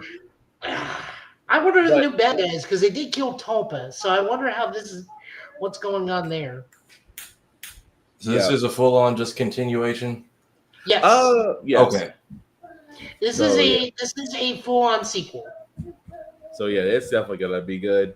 But I wonder also, if the OVAs are going to be canon because that means the African kid with the giant ass, Inuyasha Sango boomerang with the black armor would have been canon. True. Okay. It could be good though, but we'll find out come next year. Also brought to my attention, and I'm gonna be honest, I am committing blurred black card material with Steven Universe because I have never seen an episode of Steven Universe, but everybody, including Tafari and Joe, have seen it except me. But with that being said, I did want to announce that they are getting a sequel coming to Prime Video, as it is called Lars of the Stars. So, guys, I'm about to ask a stupid question, and forgive me for this. Why is that important? It's just a nice spin-off of the show because we technically watched Lars like straight up fucking die in the show, which is a line they normally don't cross. So Steven Universe is very cool. It started when I was in college, and then what really made it blow up was the first season finale because that's when you finally realize, okay, there's like a bigger plot going on here. It's not just a bunch of stuff in the background they don't explain. Something bigger is actually happening, which has led to this boy's life being as confusing as it is, and taking and I get it. It's a very pride-loved show, but Rebecca Sugar does a good job of making it all ages appropriate, where she's just like, I just want everyone to understand that you can accept everybody regardless of what they have been through, who they are now, or where they come from. Everyone can get along. And she does a great job of showing that. But as we get deeper into Steven's story and you find out more about where he's from and his dad and the aliens he's hanging around, but in the middle of that, Lars gets kidnapped and just immediately dies saving Steven. Because basically his mom had these powers where if something gets killed, her tears can revive it, and usually they turn pink. So when Lars became this, everyone's like, so did we just witness this boy bite the big one? Like, it's so sad. So we should probably also state that Lars was a principal supporting character. He was. So he literally, it's one of these things where it's like he was just a regular kid working at a donut shop who Steven annoyed the crap out of and was just wrong place, wrong time, ends up in space, is like brutally taken out, and then Steven revives him. But after getting a taste of space, Lars is like, I don't want to be just a teenager in a donut shop. There's a whole galaxy out there. He just said, I don't want to come back. Basically.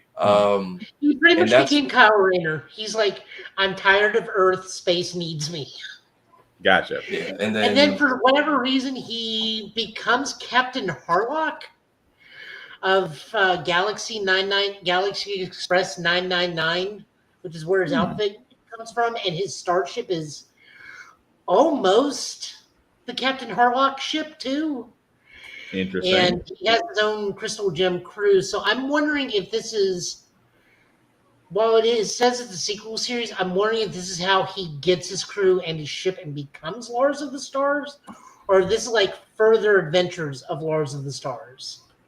I feel like it could be a little bit of both. But yeah, so Steven Universe very much themes on light, and then the sequel, which is Steven Universe Future, is like, we know why you're watching this show. We're not going to be cute about any of it anymore. And the movie was a good transition to that. And now that audience has aged a bit, because I just saw somebody do a whole time slide on TikTok, like, hey, I was in middle school when this dropped, and now I'm 19. Wow. When this show is coming out.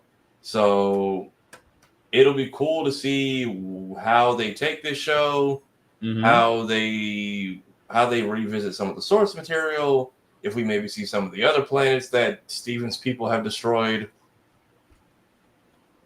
And then I'm pretty sure these two are never getting back together, but I'm also curious if we see some of the aspects that Rebecca Sugar has been drawing lately that never made it into the show.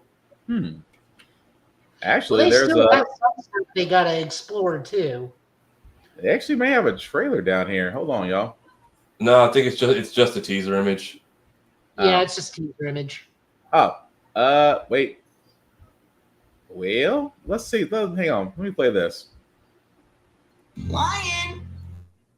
Ready? Hey, Lion's a zombie too. Oh my god. We have to stay on task.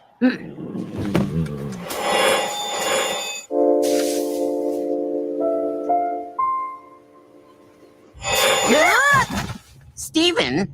Lars? It's over! I've got you now, you miserable off-colors! You'll never take us alive, Emerald! What is going on? Captain, I'm having a vision. We're about to be discovered by Emerald. Wait, Captain? Thanks, Pat Bradshaw. Fluorite, how are the engines looking? Let me check.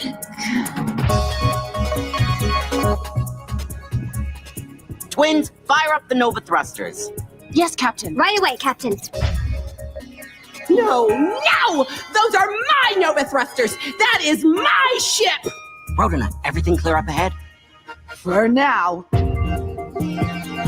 It was a minor inconvenience when you stole my personal shuttle and crashed it on Upsilon 9. It was an insult when you impersonated Imperial officers during a cosmic jubilee. But to steal my Sun Incinerator is unacceptable! If this ship means so much to you, maybe you shouldn't have left it unguarded in the docking bay of Clavia 7. There were 67 elite Citrines guarding it! Oh, I didn't see them. No, wait, I did. They didn't see us. I'll get you! I'll get you myself! I'll do it right now! I'll blow you up to smithereens! Good luck catching us. We stole your fastest ship. The engines are all set. Twins, hyperspeed us out of here. Right! You will not go at hyperspeed! Bingo bongo. Off colors!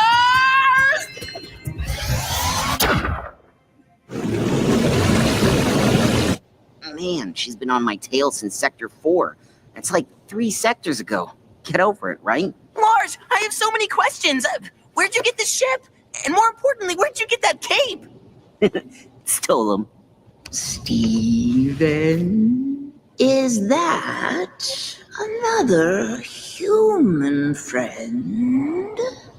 Yeah, I'm Connie. Happy to be aboard. You must all be Lars's crew. They're more than that. Without them, I'd still be stuck in a cave on the Gem homeworld. They were able to figure out a way off that lame old planet. But we never would have been able to steal a ship without Lars. He can slip past all the scanners undetected. Her name is Connie. So yeah, we're basically getting an entire show of that. Oh, okay.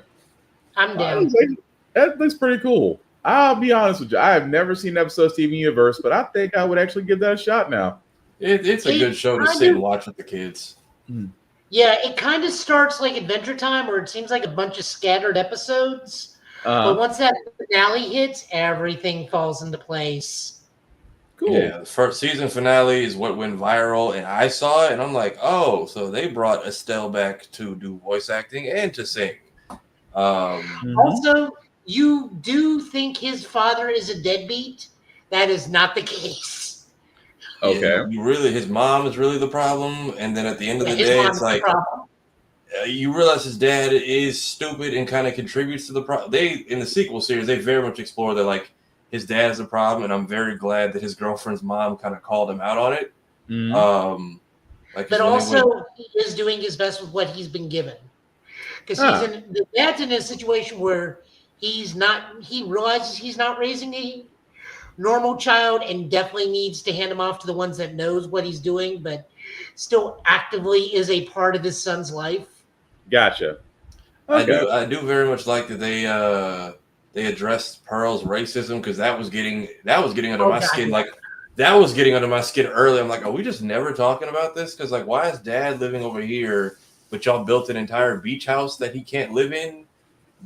And then I very much appreciate that's why I like Steven Universe Future a little bit, because when they went through like the mental health episode, more specific. Steven Universe, that one was every episode was a mental health episode. Well, Steven Universe Future, when she actually deep dives mental health, where he was just like, well, my mom lied to me, then my dad died, or no, my dad lied to me, then Pearl died, then this person died, then Lars died, but I brought him back. Like, then I accidentally killed this person. And she's like, have you ever seen a therapist? And he's like, I've never been to a doctor. And she's like, I'm having a stern talk with your father when you get out of here. But then you realize Greg is doing the best of what he can, but it's also kind of his own fault. Like, I very much wanted an episode where they go back and meet his grandparents. Just to see where it all went wrong?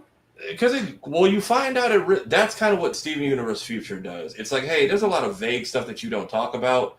And then as a teenager, he's like, no, we're addressing all of this. Why do we not know our family? And then one of the episodes is, oh, you had a stable ass home and there was zero issues because his dad went off to like start a band.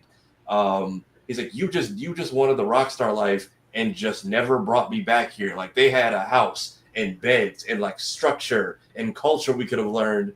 And his dad to this day is like, yeah, I don't want to live by the rules, man. He's like, I think I hate you now. So there's a lot of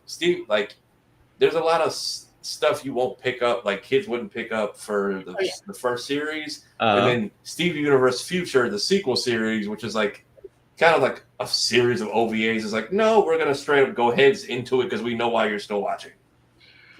Interesting. I mean, there's also really fun episodes in general. Like, there's a pro wrestling episode where Steven becomes a manager called Tiger Millionaire. Yeah. There's actually a full-on Initial D episode. I see when they were teasing they're going to do an anime episode, everyone was hoping for I think something Ranger-esque but I was not expecting Initial D. Yeah. Wow. I was not expecting the Initial D episode either.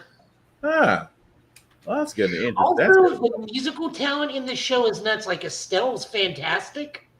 Which one is it Cardi B or is it Meg Thee Stallion that's of Gem Fusion? So I believe, and that's the cool part, every main cast, when they combine, they basically get a different fusion combination. So what is it? Garnet is Estelle, who does American Boy. Who is it? Not Sugalite. Whichever one, I think Steven and Pearl is the girl who played Nala in Lion King. I believe Steven and Amethyst is Ali or AJ, one of the girls from that Disney Channel band. And Steven and Pearl. Which one is the wild one? I know which one you're talking. I think it's Amethyst and Garnet fused is Nicki Minaj. Nicki Minaj, thank you. I could not think of which one it was. Also, Steven and his dad have a fusion too. Oh yeah, they do. Well, that's good. That's definitely good to know. So I have to keep that in mind. It's a great thing to show the kids because that's one of like the best shows that help teach empathy and acceptance I've ever seen. Wow. Yeah, and it's very much the sequel series is very much who helps the helper because you realize, oh, yeah, this kid saved the galaxy and fixed the universe, but all the crap your mother did and didn't tell anyone about keeps coming back to bite you, and it's not really fair. And they very much explore like, right, the main character fixing all these adult problems for millennia's worth of issues was a child, and it's starting to kick in and weigh heavily on him as a teenager. See, yeah, I'm about to keep that in mind. But right now, Miss Rachel's winning that fight with my kids. Miss Rachel was just undefeated in this house. All you got to do is show them the one Estelle fight video where she sings, and they'll be hooked. She said she had no idea that song was going to take off the way it did. She was at MegaCon, and she's like, I didn't know. They just asked me if I want to do a cartoon, and I was like, all right. So then I did a few seasons, and then we recorded that track for the finale. And now people like keep asking me to perform it. So I'm like, a check's a check. But so yeah, they had her singing it like I think I think it was Comic-Con at one point when they were doing a panel, and it was like they put her in the middle of a stage outside, and it was just surrounded by people. And she's like, you guys know I've never performed this outside of the booth, right? So if I fumble, we're gonna do this together. Hey, and then she made a follow-up song, which is just "Get Therapy" the song.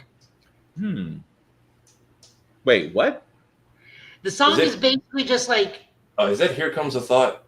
Yeah, "Here Comes a Thought." Yeah. Okay. That's just like go to a therapist. The song. Yeah, the songs are really good. I did like that we got the sequel show because when the movie ended, and everyone was like, "That's a happy ending." I'm like, this boy is traumatized. Wait, which movie are we talking about? The one with Spinell or the one? Yes.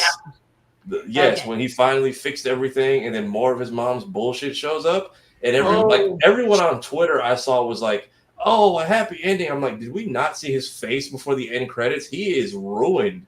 Like when even the bad guy was like, "All right, I've learned my lesson. Have your happily ever after." His face changes, and he's like, "There's no such thing as happily ever after." I was like, why did no one catch that but me? And then I'm like, okay, we get 16 more episodes fully explaining that wasn't just an in the moment. That is how he feels now because no matter what he fixes. Something pops up that's not his fault, but everyone blames him for, and he just has to deal with it. Well, we have to say because of reasons that you only can find out by watching the show. Also, there Carl, are reasons why it keeps coming back to specifically him. And then Carl from Aqua Teen Hunger Force being his uncle is hilarious. Nice. Hey, that's a lot. Oh That's yeah, a lot. I forgot that.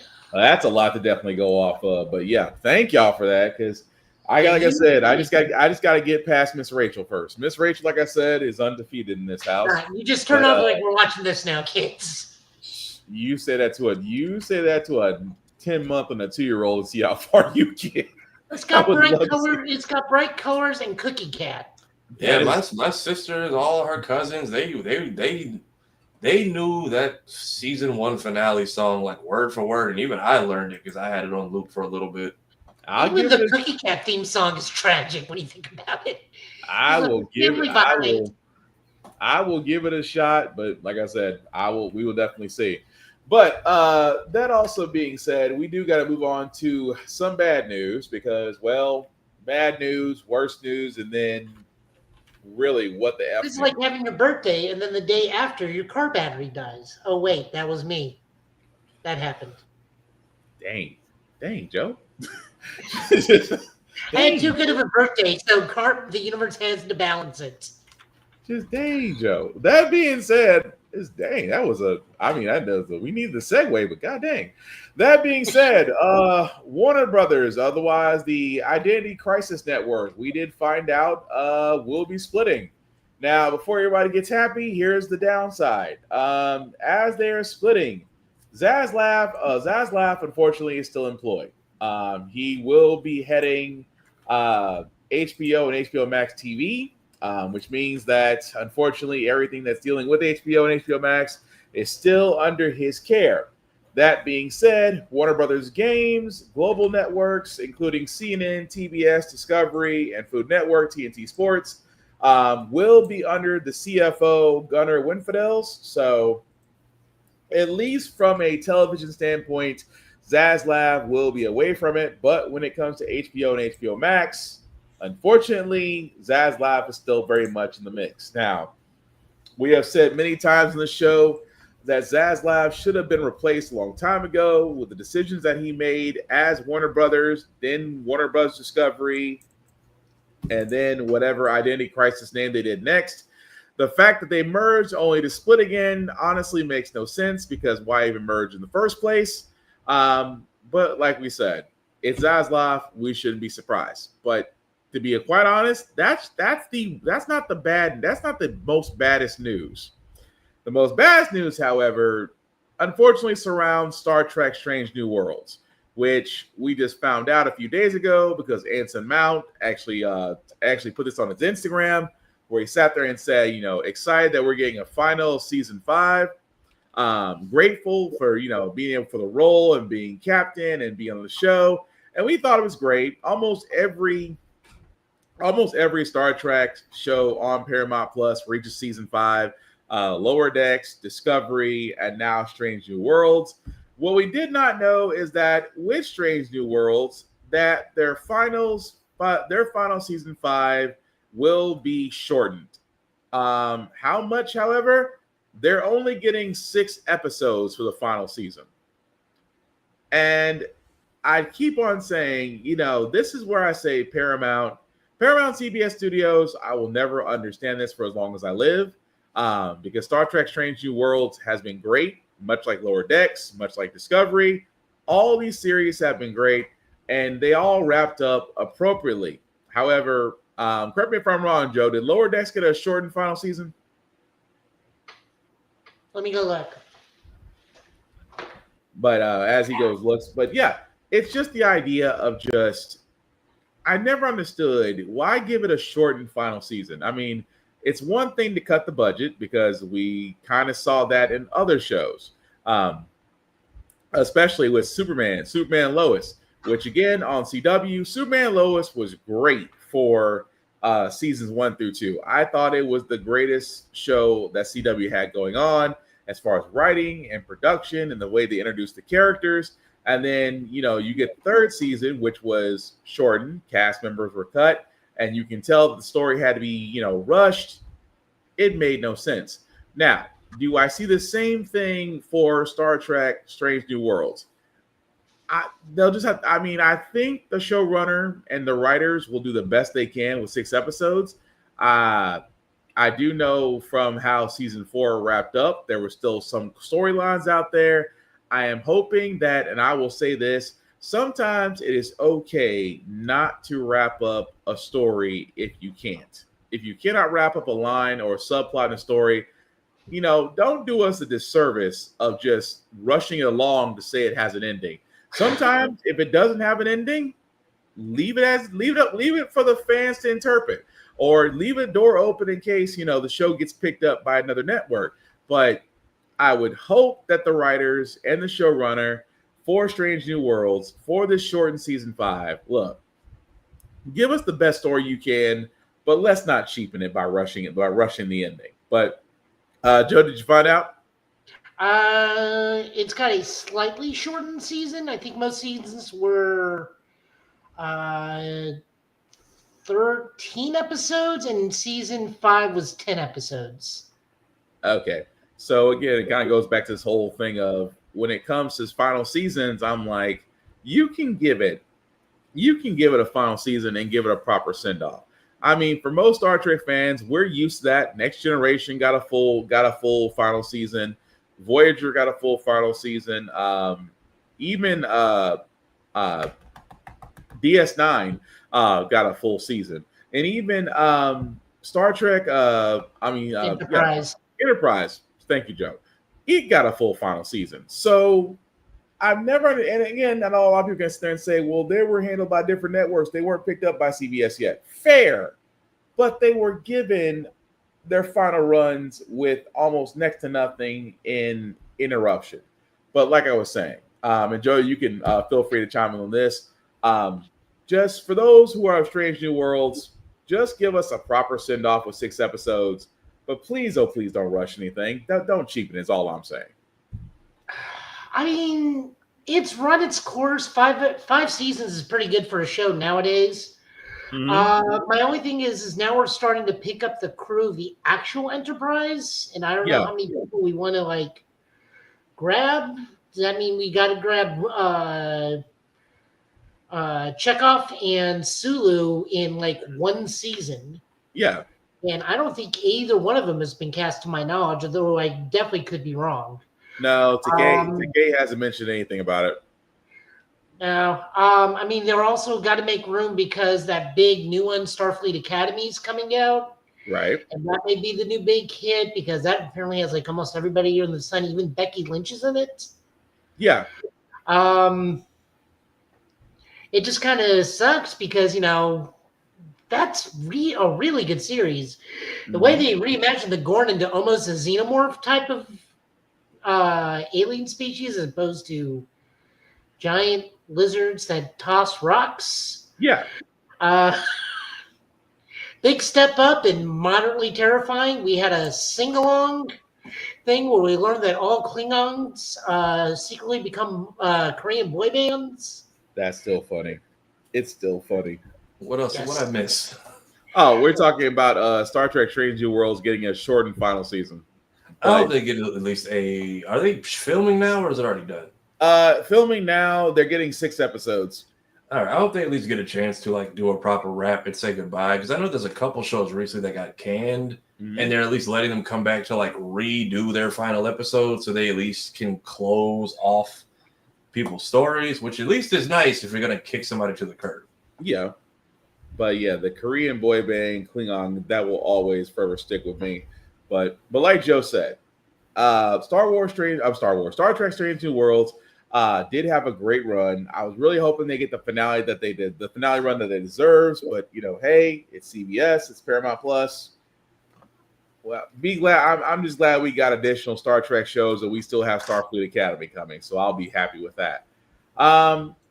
Before we get to the issue with Black Panther, I do have to get to the issue with the 15th Doctor, with Doctor Who. We kind of highlighted this on Summer Games Fest podcast. We wanted to talk about it here because we wanted to give it its time. That being said, the 15th Doctor, Mr. Nocti, did have well, I was going by the first name, not the last name. I was going to I always forget the last name. I never forget the first name. But as you can probably see here, we do get the scene of his regeneration. That also being said, it's and again, I'm not sure if this is playing or not on live. I'm really taking a risk to see if BBC is going to block this out the same way Disney does. So we'll find out. But this is his final scene, and what I wanted to show is actually at the end of the scene, and then go into well, let's kind of be honest here. The issues behind this current run of Doctor Who.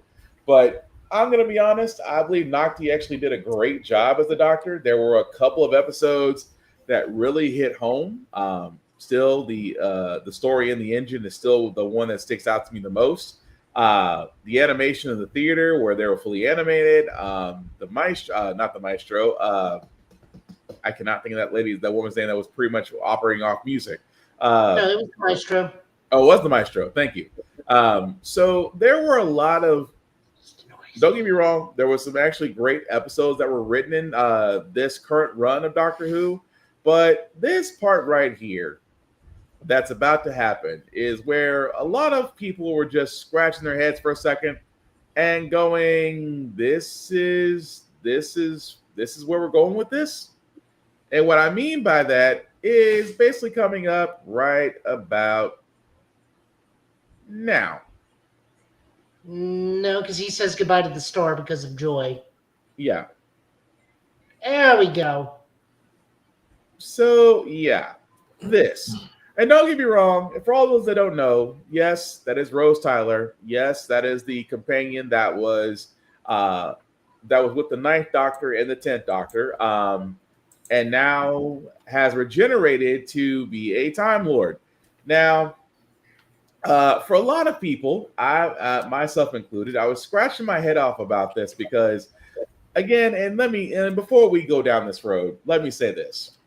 I have nothing against the actress that plays Rose Tyler. I think she did a wonderful. Thank you, Billie Piper. I have no problem with her. I thought she did a wonderful Rose. I thought for her time on Doctor Who as probably one of the more beloved companions, it had its time. I'm just not sure where we're going with this in the Whovian universe, with a former companion now becoming a regeneration of a Time Lord. And of course, this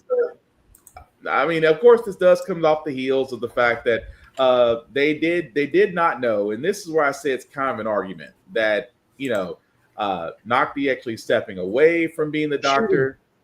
Shooty staying away from the stepping away from the Doctor. BBC is saying it was his decision whether or not he wanted to continue another season. So it comes down to the who's wrong and who's right and who's to blame out of this situation. Before I throw this to Joe and Tafara, I will say this. Doctor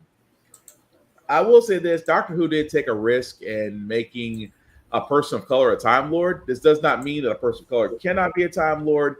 I do think that they did kind of hint that the Doctor did run into conflict because he was a black person and that he was having some difficulty being accepted into some areas of society and the worlds that they went to because of the color of the skin. I will give the BBC credit for attacking that, for attacking it head on, not skirting away from it, actually talking about the issue. The problem that I have with this is how the companions. I mean, don't get me wrong, Ruby Sunday was kind of like a mini Impossible Child, and for its run that worked. Belinda, I just never really got because it was like you tried to write Belinda as another Donna Noble, but that doesn't work because again, her whole thing of wanting to go home but still wanting to be a companion to the Doctor, it just never really meld right, I guess you could say it that way. And then, like I said, introducing the Ranai at nearly the end of the second season, we're used to a big bad being teased throughout the season of the Doctor. So no, not really, because that's when the Ronnie first appeared was in the finale of the 6th Doctor going into the 8th Doctor. But I mean, what I mean by getting teased, though, because Tennant had his, Smith had his, Capaldi had his. they all within their first seasons actually got their main nemesis. I mean, two of them got the Master, different versions of the Master, and one actually got an enemy of Gallifrey, which was Capaldi being trapped in the prison. So he also got his master and Tennant's master. That's my point. But Capaldi's got his in too. But the thing I'm getting at is that it was how they were written. And I'm not saying that the 15th Doctor didn't get the same thing, because again, this is the same person that was the showrunner for the 15th Doctor, is also the same person that was there for Tennant and Eccleston, and I want to say the end of Capaldi, because Capaldi started with a different showrunner. I forgot their name at this time. But Russell T. Davies was the original showrunner. And then it was Stephen Moffat. Michael Chinball? And then Moffat. Oh, it's Stephen Moffat, then Russell T. Davies, then Chinball. Right. So again, I get the idea, and I still say it was a great experiment. But the problem is, for a lot of people that were kind of turned off by Doctor Who, not because a black man was a Time Lord, I just say that the writers had some issues writing from a person of color standpoint, and you can tell how it was in the show, because it just wasn't the same to me, very woven tale of Doctor Who for this one. But again, we can speculate over what happened with the BBC. Was it Shanti? We don't know. It's not our job to speculate or say otherwise, because both have wished the other side well, and he's moving on to other projects. But to say this was bittersweet, because I did enjoy his run as the Doctor. Had the episodes could have been better, yes, but also the fact that again, we're seeing Rose as a Time Lord. I don't know. That doesn't make any sense. But Joe, your thoughts on that? And then Tafara? I think she's only going to be a Time Lord for as long as David Tennant was a Time Lord, meaning we're going to get her at the holiday season, and then she's going to regenerate later on, because they're already also saying the bi-generated 14th Doctor is coming back because of this, which is fine because it's David Tennant and Billie Piper. They have great on-screen chemistry. We know that from the multiple times over the season. Mm-hmm. Those two end up together, because there's still the clone of the 10th Doctor that's in with the actual Rose Tyler in that alternate universe. Okay. Where they're in Norway, remember? Way back in the day. Yeah. So they're still together. Yeah. Then the 10th Doctor does his stuff.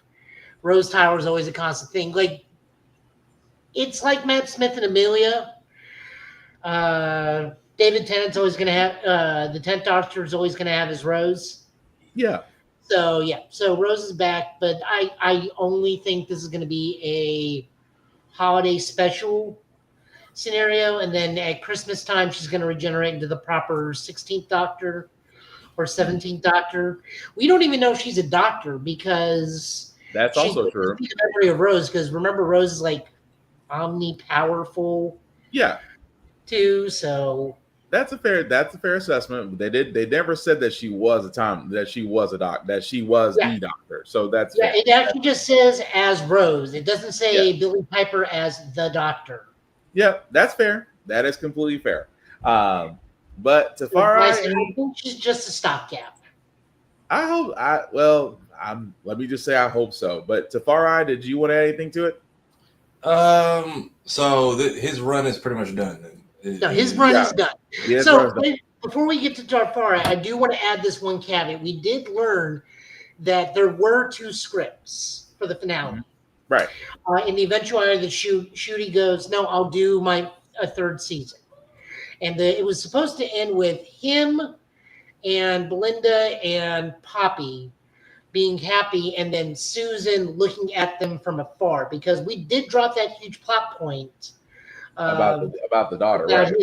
About Susan, which is the original first Doctor's granddaughter. Yeah. In his search for her, technically. So there is a second script. Had he continued, the third season would have been all about finding Susan. That being said, that didn't happen, so now we are where we are. Right. Go for it, Tafari. Sorry, I just want to add No, that. you're fine. I just because I don't know how long a doctor's run usually is. He is the second shortest. Yeah. Okay. Usually in the BBC, their seasons run about 8 episodes. So usually they'll get 8 episodes plus the Christmas special. So you're looking at maybe 9 to 10 on a good run. So the shortest is Christopher Eccleston. He only did 1 season. A lot of people are saying the 8th Doctor. That is untrue. The 8th Doctor is technically the longest serving Doctor ever because he continued his journeys via audiobook. Right. He has like 10 years worth of audiobook adventures. Mm-hmm. Which is the American TV movie made Doctor. Which we only see in Day of the Doctors in his final outfit before he becomes the Doctor. Yeah. Yeah. So Ncuti is now is the second shortest Doctor to ever run. Pretty much. Okay. And then for I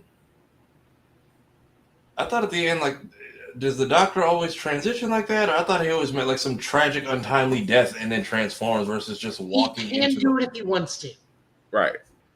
Okay. Because it's not often I've seen the transformations to the new Doctors never sound like a willing turn. It's more like, I died again, and we're this person now. Yeah, because sometimes like one was by a Dalek, and then it's just the whole thing. Like they don't die; they just merely have that transformation. So the first Doctor, the actor just passed away, and they replaced him. When it was the second Doctor, he was captured by Gallifrey and forced to regenerate. Yeah. Into the third Doctor. Yeah. So regeneration, so they never die. They never died to Tafari properly. It's just a regeneration every time. Okay. But it's not bad. Like I said, that is the second shortest run. But still, what else is that, Tafari? No, that's about it. Just like I always thought the Doctor like died and regenerated into a new person. I've never seen or heard of the Doctor willingly just being like, and I'm done with this. Just gonna walk into the ether and reform. There's an old school thing where he is traveling with another Gallifreyan companion who's female, and one as a running gag, she keeps going into the clothes closet and just regenerates into different women just to match the fashion style and see if she likes it. Yeah. That's all.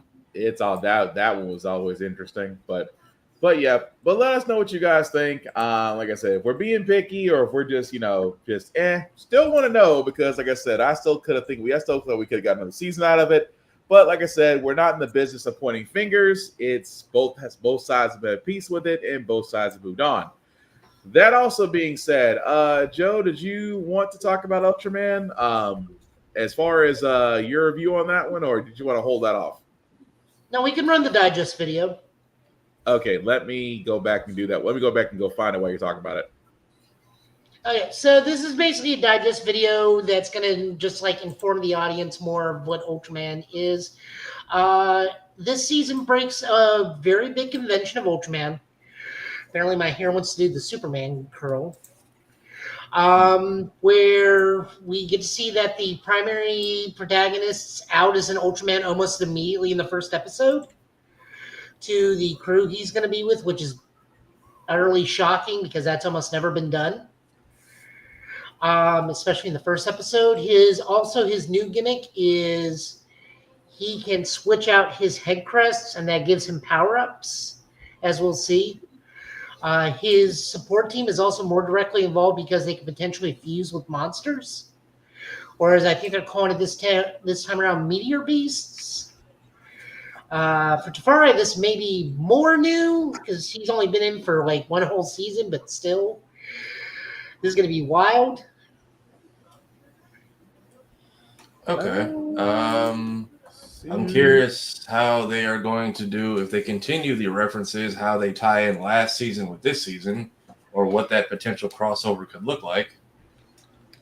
Well, I mean, we still got to go back, and now that I have all of Ultraman Blazer, we should probably get back to doing that at some point. Is that whole season out already? Yeah, I have it on Blu-ray. The one that came out after the one that we watched. The one before it. Oh, okay. Yeah, the one with Right. the We're going backwards, not forwards. yeah, the Unga Bunga one. Yeah. Okay. I keep thinking because I know you said you wanted to do the next one, but I keep thinking the one coming out, not the one that was. We are doing Ultraman Omega, which is the one coming out in July. But at some point, we got to sit and chat about Ultraman Blazar. Okay. Okay, my bad, fellas. Had to kind of fight ads for a second. Okay, I got it because YouTube and ads don't go hand in hand. But I got the Digest trailer. Here it is.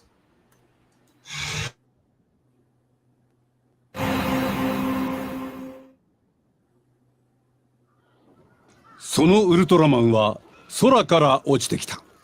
You can put subtitles on this. いない星に There we go.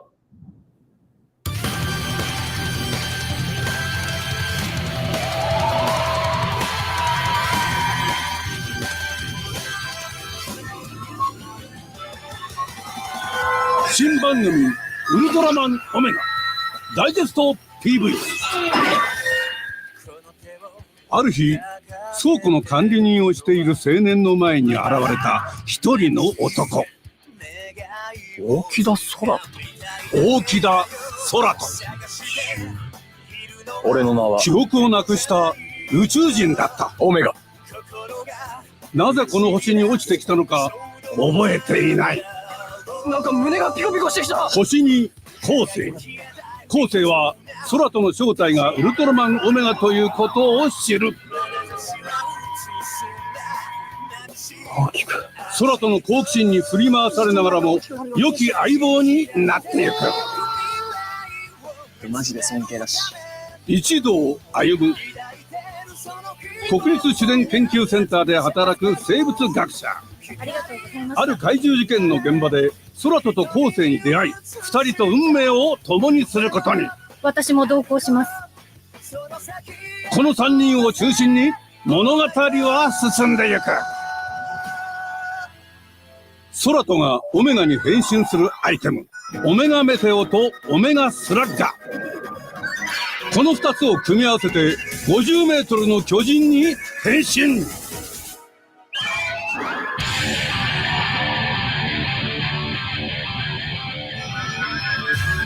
相手の特徴や行動を見極めるようなオメガスコープという動作を取り、敵に立ち向かう。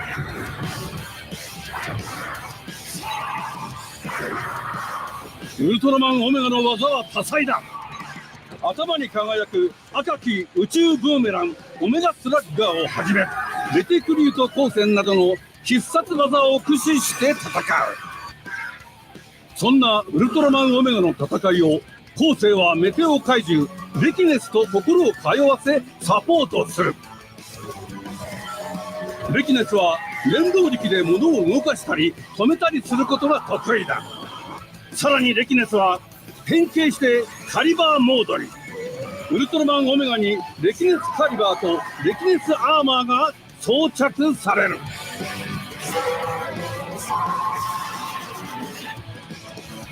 他にもトライガロンというメテオ怪獣が味方に。鋭い鍵爪を持つアーマーに変形する。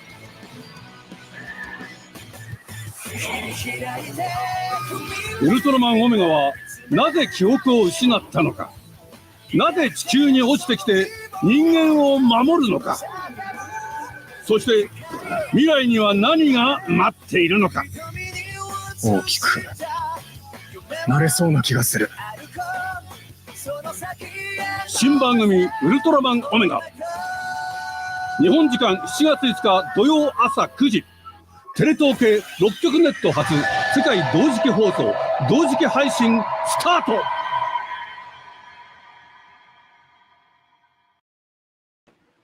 Okay, that's cool. So basically, it's an upgrade. He's getting a lot of upgrades. Okay, so that's Ultraman Omega. Looks like it comes out July 5th, so that's not too far off from. And they roll one of these out every year. Yep, 24 episodes. How many Ultramans have we had? I mean, I saw the movie. There was like 1,000. Never mind. Yeah. How many have we actually had? So it's usually 10 per generation. Yeah. But still, that's cool because I've never seen an Ultraman that actually used Metal Kaiju as armaments. They did this gimmick once before, twice. Ultraman Ginga S had an Ultraman whose pet monster could become his sword, and then we had an Ultraman X, the Cyber Kaiju, that fused with Ultraman X to become armor. Oh, well, that's cool. I'm actually enjoying it. Well, I don't know if I'll be able to catch you guys when y'all review it, but I'll definitely keep up with it. That looks like that's going to be pretty cool. I mean, we could just do an easier thing this year and just like review it on this show. Yeah, we could try that. An option. That's always an option, right? In Super Riot doesn't. I mean, that's the fun part about Super Riot. They take all the publicity they want. They can. All they ever did was to say, "We're not showing this in Japan. Have fun." That is true, though. That actually would help us out in the long run. But no, I'm going to have to keep that in mind. I'm going to keep that in mind come July 5th. But anything else y'all want to add to that outside of the fact that I'm like, hey, it's an Ultraman that actually has body armor? Not much. I'll give them that. I will wait to see what they do or what comes of it. Because every time we watched it, it was always something fun cinematic to watch the fights because they always did something different. Okay. Yeah, so I'm curious what the angle or what the unique factor for this version of Ultraman is going to be. Pretty much. Last year, he really liked his shield. Man, did that Ultra love utilizing his shield in different ways.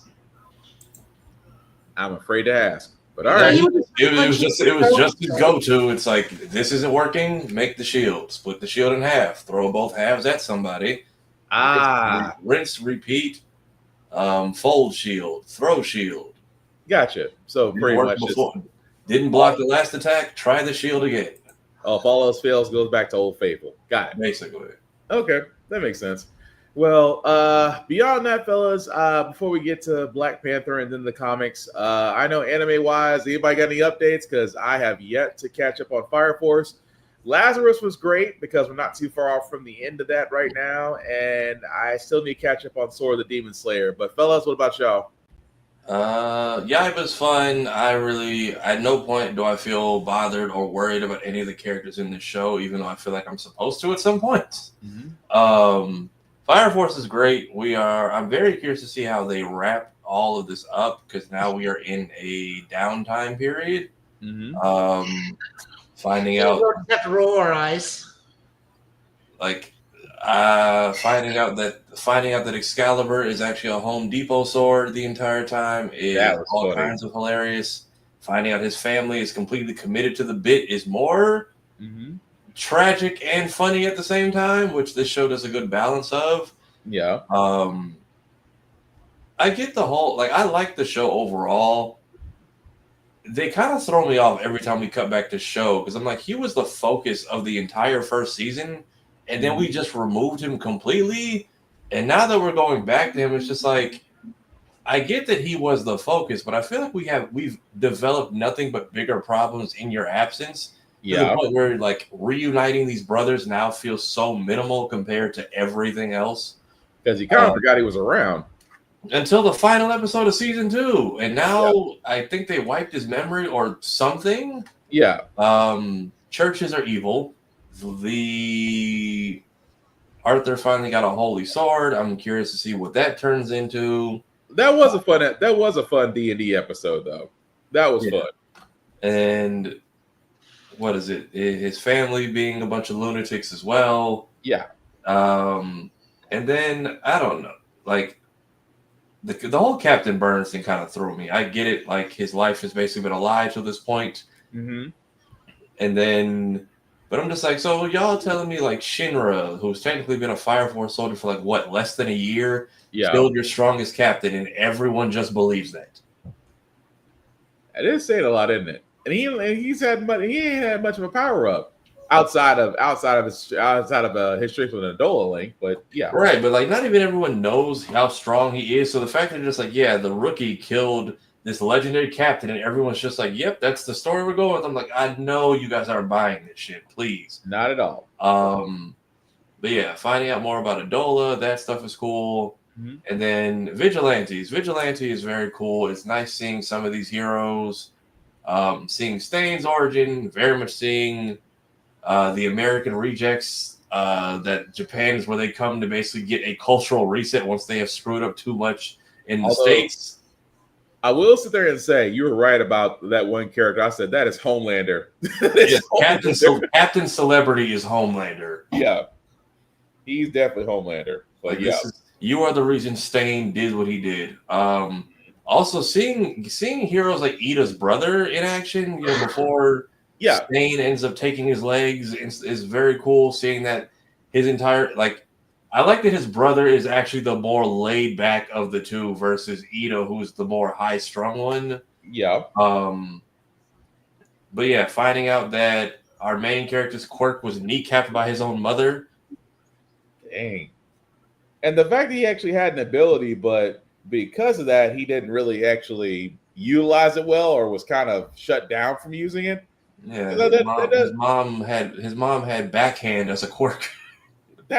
Did she ever say what her quirk was? I think that's it. I think she's able to slap people without actually touching them. So when she does that in the air and you see the little slap thing pop up on the character, that I thought they were being like dramatic when she first showed up. I'm like, oh no, that's her quirk. She can literally do this and she doesn't have to touch you for it to land. So as a baby, when he would fly, she would just like spank him out of panic to the point where he forgot he could even do that. Yeah. I just thought to myself the whole time. So I was like, I had to go back and rewatch it. Like, wait, what's your quirk again? Because you can slap somebody without touching them. Almost every mother has that ability. I also like that he's doing a horrible It's job called half flip flop. It's basically Chancla the superpower, without the shoe. But it's also doing a terrible job of keeping his identity because he keeps forgetting to put his mask on. I'm like, this is going to turn bad for you at some point. But also getting the backstory on Freaky Fist Grandpa, little knuckle duster. Right. Well, wait, I'm confused about something. In that world, do they even need superhero secret identities? Because they are technically government registered. Him and his friends aren't registered. That's the problem. They're not registered, nor do they have licenses. Right. Hence the term vigilante. They are just people in costumes doing this. But because he was known as just like a guy who picks up trash in an All Might hoodie, but now he's like, I'll save him. And people are like, dude, cover your face. Like, there are cameras around. People are going to see you. And then he know who you are, right? He almost gets caught by one girl whose whole quirk is what is the polygraph? Her quirk is polygraph. She shakes your hand, she can tell if you're lying, but because everyone gets his name wrong, when she asks him if he's the hero, he's like, no, and it technically wasn't lying. So he keeps getting saved by silly shit like that, and it's cool, but I'm like, eventually this is going to be a problem. But also possibly getting a confrontation either today or tomorrow with our potential big bad drug dealer and our sensei, and seeing what that turns into. Yeah. But still, it was still fun though. But anything else, Tafara? That's it for me. If y'all got anything for the shows y'all are keeping up with. I'm behind. Joe? Yeah. Apocalypse Hotel continues. We now know that we are 527 years in the future. The hotel is thriving. The little girl has both grown up, married, and had a daughter by this point, the little Tanuki girl. The little son has become a hermit bowl maker. The grandmother has passed away. This was all last episode. This episode introduces the little daughter, and a murder conspiracy happens when a guest comes in and just suddenly dies. Yeah. And then another person of his species comes in and goes, hey, I'm looking for this dude. He's one of the galaxy's most known terrorist bombers ever to exist that make candy bombs that will detonate unless we get to them. It just turns out that they are deathly unknowing to anybody, even themselves. They are deathly allergic to the atmosphere and die. Both of them do. And then the daughter just ends up eating the bombs because they just taste like normal candy and become normal candy in this atmosphere. Interesting. It's a comedy thing. What are you gonna do? Gundam continues to impress me. Machu is back in space. Cassilia makes her move, and good God, is it a huge move? Uh-huh. Have you not seen this new episode? I'm telling you, I saw this is gonna be really bad. I saw 10 minutes of the first episode, and I was kind of planning to go watch the rest of it. So that Cold War between Garen and Cassilia is immediately over. Okay. It's like like there is one meeting and it is instantly over. There is no longer a Cold War. I'll just put it that way. Gotcha. A faction of Xeon does activate the Rose of Sharon, effectively making a Zek Nova cannon, which instantly teleports anything they want to it and then dissipates the teleport, thus crushing what's ever in the middle of the black hole teleportation device. Okay. Char's still around with a horrible haircut. And Machu meets up with Nyan, who is now driving the, we swear to God, it's not an Ava unit, G-Fed. No, it is definitely an Ava unit. Interesting. And then I picked up a new series because Amazon Prime was like, oh, you like this. Watch this. Uh-huh. So I watched Ume Masumi's Cinderella Grey, which is a spin-off series of Ume Masuri Pretty Derby, where it's horse girls named after professional racers racing. I tried watching the original series. Okay. That is far too cutesy, even for me. Dang. I like a good slice of life, but this is far too moe. Way, way over there. So, this one, the spinoff, is a bit more serious because this girl's a monster. Okay. I was gonna ask. So it is. She is one of those. She's not dumb. She's just not as smart as some of the other racers. Ogre recap. It is an actual horse. You can go look up the actual history and everything. Okay. And these are actual races that they participate in and whatnot. So the whole thing is, she's a racer from a Bunkin town. She's a gray, ashen style. So she's got gray hair, which are notorious for having like bad legs. So when she was young, she couldn't even walk on her own. So her mother helped her do like permanent rehab on her legs until she was a teenager. Okay. And that's what makes her like such a huge monster on the racetrack. It's also a mild comedy because the girl eats like a horse too. Like she terrifies the cafeteria people. I got so many questions. Oh yeah, go. It's on Amazon Prime. It's not on Crunchyroll. Go give it a watch. Don't do Pretty Derby. That's why I said, oh my God. Avoid it. It's not that it's bad. It's just so super cutesy. I mean, I'm sure they got their own trial and tribulation stuff going on here, and you're going to feel something for somebody and whatnot. But that is like high school girl racing drama. This is, I want to be the best. I'm in a situation where I can't be the best. Oh, I have a rival. Oh, I'm going to crush her. I'm going to crush her in her hopes and dreams. And then we're going to be friends, but I'm still going to crush everything that comes my way. Fair enough. Still, like, let me see if I can find a trailer for that. Okay, because that's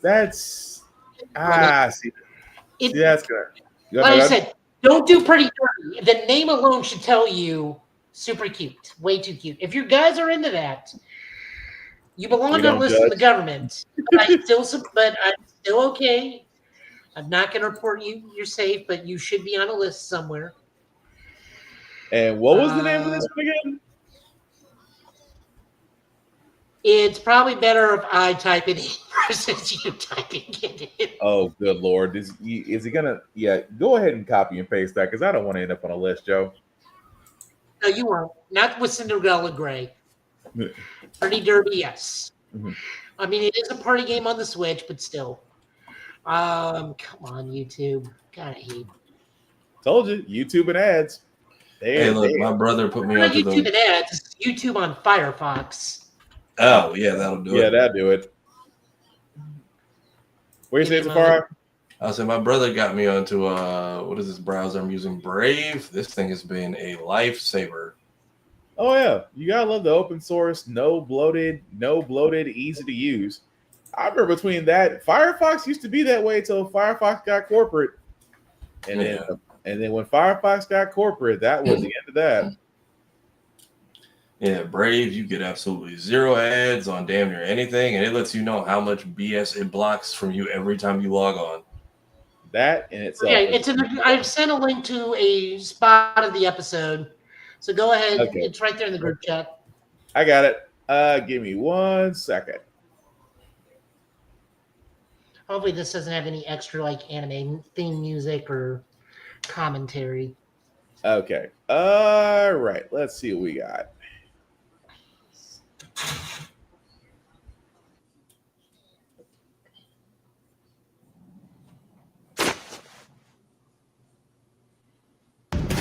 いいスタートを切ったのは大外藤巻マーチ。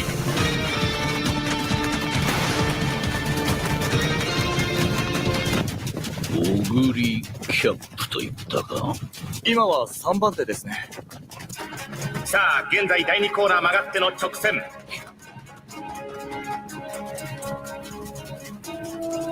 第3コーナーで2番手オグリキャップは半馬身後方。想定していた中でも理想的な位置取りだ。足の余力も十分。あとは先に仕掛けるかオグリキャップの仕掛けを待つかの2択。第3コーナー残り600メートル。かなり体力を温存できた。ならば先によし行こう。藤正マーチオグリキャップほぼ同時に仕掛けた。第4コーナーの手前で2人が先頭へ躍り出る。オグリキャップ並ぶか。なぜスパートをかけているのに追いつけない。もうオグリが前に出られるチャンスはない。負けるものか誰にも。息が苦しい。肺が張り裂けそうだ。感謝するぞオグリキャップ。私は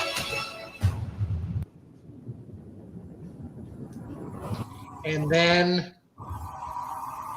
お前には負けん。オグリキャップ前へ出た。先頭はオグリキャップ。It's I Show Speed in Ashton Hall. 1着でゴー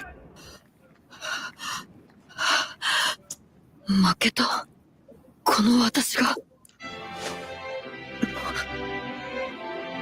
一緒に東海ダービーで走。 Okay, I gotta stop it right there. Did she really outrun you in Tim's? I'm sorry. I don't know why. You got outran by somebody in Timberland boots on a derby track. Yeah, they all have like their own like unique outfits as you go forward, but like, so the Pretty Derby one's drawn more seinen, more girl style. This is drawn more shonen. Okay, I'm sorry. I had to stop right there because I kept on looking like, oh, well, this is a nice little foot race. Then I noticed her feet, and I was like, she literally planted in Tim's and then went fifth gear on an actual. I'm like, on an. I mean, I understand you. The bottom of those shoes have horseshoes on them. Just so these like the Chimera races or what? No, it's just like in this world. Sometimes girls are born in horse girls, and they have names of horses of great renown from our world. Like I said, anybody named in the show is an actual racing horse in our world. Okay. I get it, but I'm still lost in the fact that she was literally and figuratively planted the boot and just said fifth gear. Yeah. Okay, that's good to know because I was like an actual horse girl. That well, I'm gonna leave that alone before the internet takes that innocent idea and they've done that already when the first thing came out. This is like a somewhat old series, like 2018 is when it first started. Okay. Well, that's good enough. The main character is actually in it just as a background character a lot of the time. Okay. So now we're just focusing on her, and hers is a bit more of a serious story as opposed to we're a group of teenage girls trying to live our life as well as racing. Although our life does revolve around racing. Fair enough. Well, besides that, Joe, any other anime reviews you got before we move on to comics? What else am I watching? Yaiba continues to be fun. Much like Tafari said, I don't feel like anybody's in any legitimate danger. I mean, the only time I felt that was the Mr. Bad episode. Okay. Where they got the One Piece animation team to like come in for them. Am I watching anything else? No, I think I'm watching other stuff, obviously, but like not enough to keep up on here. Well, fair enough. Figure we still ask. Also, at the same time, guys, if you're watching anime that you think that we should give it a shot or just want to give your opinions on, just let us also know in the comments. But beyond that, actually the next part of our news, or the last part of our news, regarding Marvel Knights kind of goes into our comics. So before I actually get to that dumpster fire, I did want to shout out to Rick's Comic City. Again, Nashville's #1 place to go to for comic books, for mangas, for collector's items, you name it, they got it. 2 locations, Nashville, Tennessee, and Clarksville, Tennessee. Definitely check them out. They show us love here on the Get Bit podcast. We want to show them love back. You can also check out their website at rickscomiccity.com. Definitely check them out if you are in the Middle Tennessee area. And if you are not in the Middle Tennessee area, guys, please support your local comic book stores, support your local bookstores, support your indie writers, support anybody local. Why? Because they need our attention, our patronage, and our dollars. I get it. Comixology is great if it's still around. Starbucks, Barnes & Noble is great. But again, guys, these places, along with our libraries, definitely need our attention because, again, there are powers that be that are out there in this world right now that want to control what you read, what you see, and what you play. Again, support these areas because not only they are bastions of knowledge, of entertainment, and escapism, you will miss them when they are gone. I cannot stress that enough. But before we get to the comic pools, we do got to point this out because, again, this actually did come up earlier this week, or I should say earlier, or I should say a little bit of last week, somewhere between this week and last week and this week. But anyway, Marvel Knights did come out with The World to Come, part of a 6-part series that's coming out. And for a lot of people like myself that you saw this particular comic book here, where they did start with Black Panther, Joe Quesada and Christopher Priest, who worked on Marvel Knights before, no strangers to shock and awe, decided to do a story, a different story of The World to Come, involving Black Panther and a son that is trying to take the mantle. We've heard this story before, except the son that they're pointing out is how can I put this ever so nicely? Certain white. He white. He white. He white. I was trying to be nice about it, but Joe just like, no, rip off the Band-Aid. He white. That being said, this was supposed to be T'Challa's illegitimate son. I'm not going to go too much into The World to Come because, again, I don't want to spoil it. If you do so inclined want to read it, be my guest. The issue with a lot of people with Black Panther is just that with this story, and again, this is going to kind of go into spoiler territory a bit. I will try to keep it as minute detailed as humanly possible, but again, spoiler warning if I do cross into some territories. With this story, T'Challa did actually lose Storm in the race war. T'Challa is an older king. Come to find out, he was heartbroken, and through some rendezvous overseas, we come to find out that he is being challenged by his illegitimate son. Now, I only say that because it's been said everywhere else. But again, not going too much into the story. His son does kind of take advantage of T'Challa's mercy and tries to call the throne for himself. Here's the problem. And again, I try not to be overly critical of a comic book story because what may not be for me may not be for everybody else. Everybody's got different tastes, different tastes and flavors.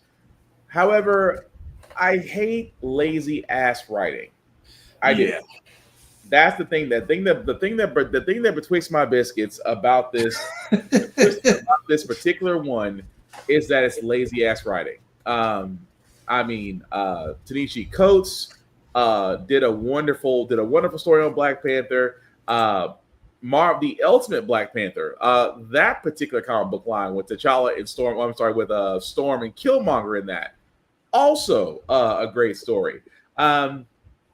We've honestly been spoiled when it comes to Black Panther because they've taken great care including Kirby, who all have taken great care in telling great stories about T'Challa. But again, I know, and I was saying at the beginning of this, between Quesada and Priest, they're used to shock and awe because they were the original writers for Marvel Knights. And again, this is not the first time that they tried to do Black Panther in this setup. The problem is, without going again into too many details, it's how the story is set up. Had the story actually been written better, I can understand why that particular plot twist makes sense. Unfortunately, how they've written it in part one of this, it doesn't make sense.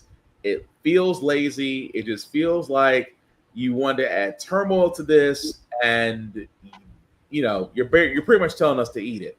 But I get it. The world to come is supposed to be more of a what if, but in a negative, and not a negative, in a darker, more grittier tone. That's what Marvel Knights is.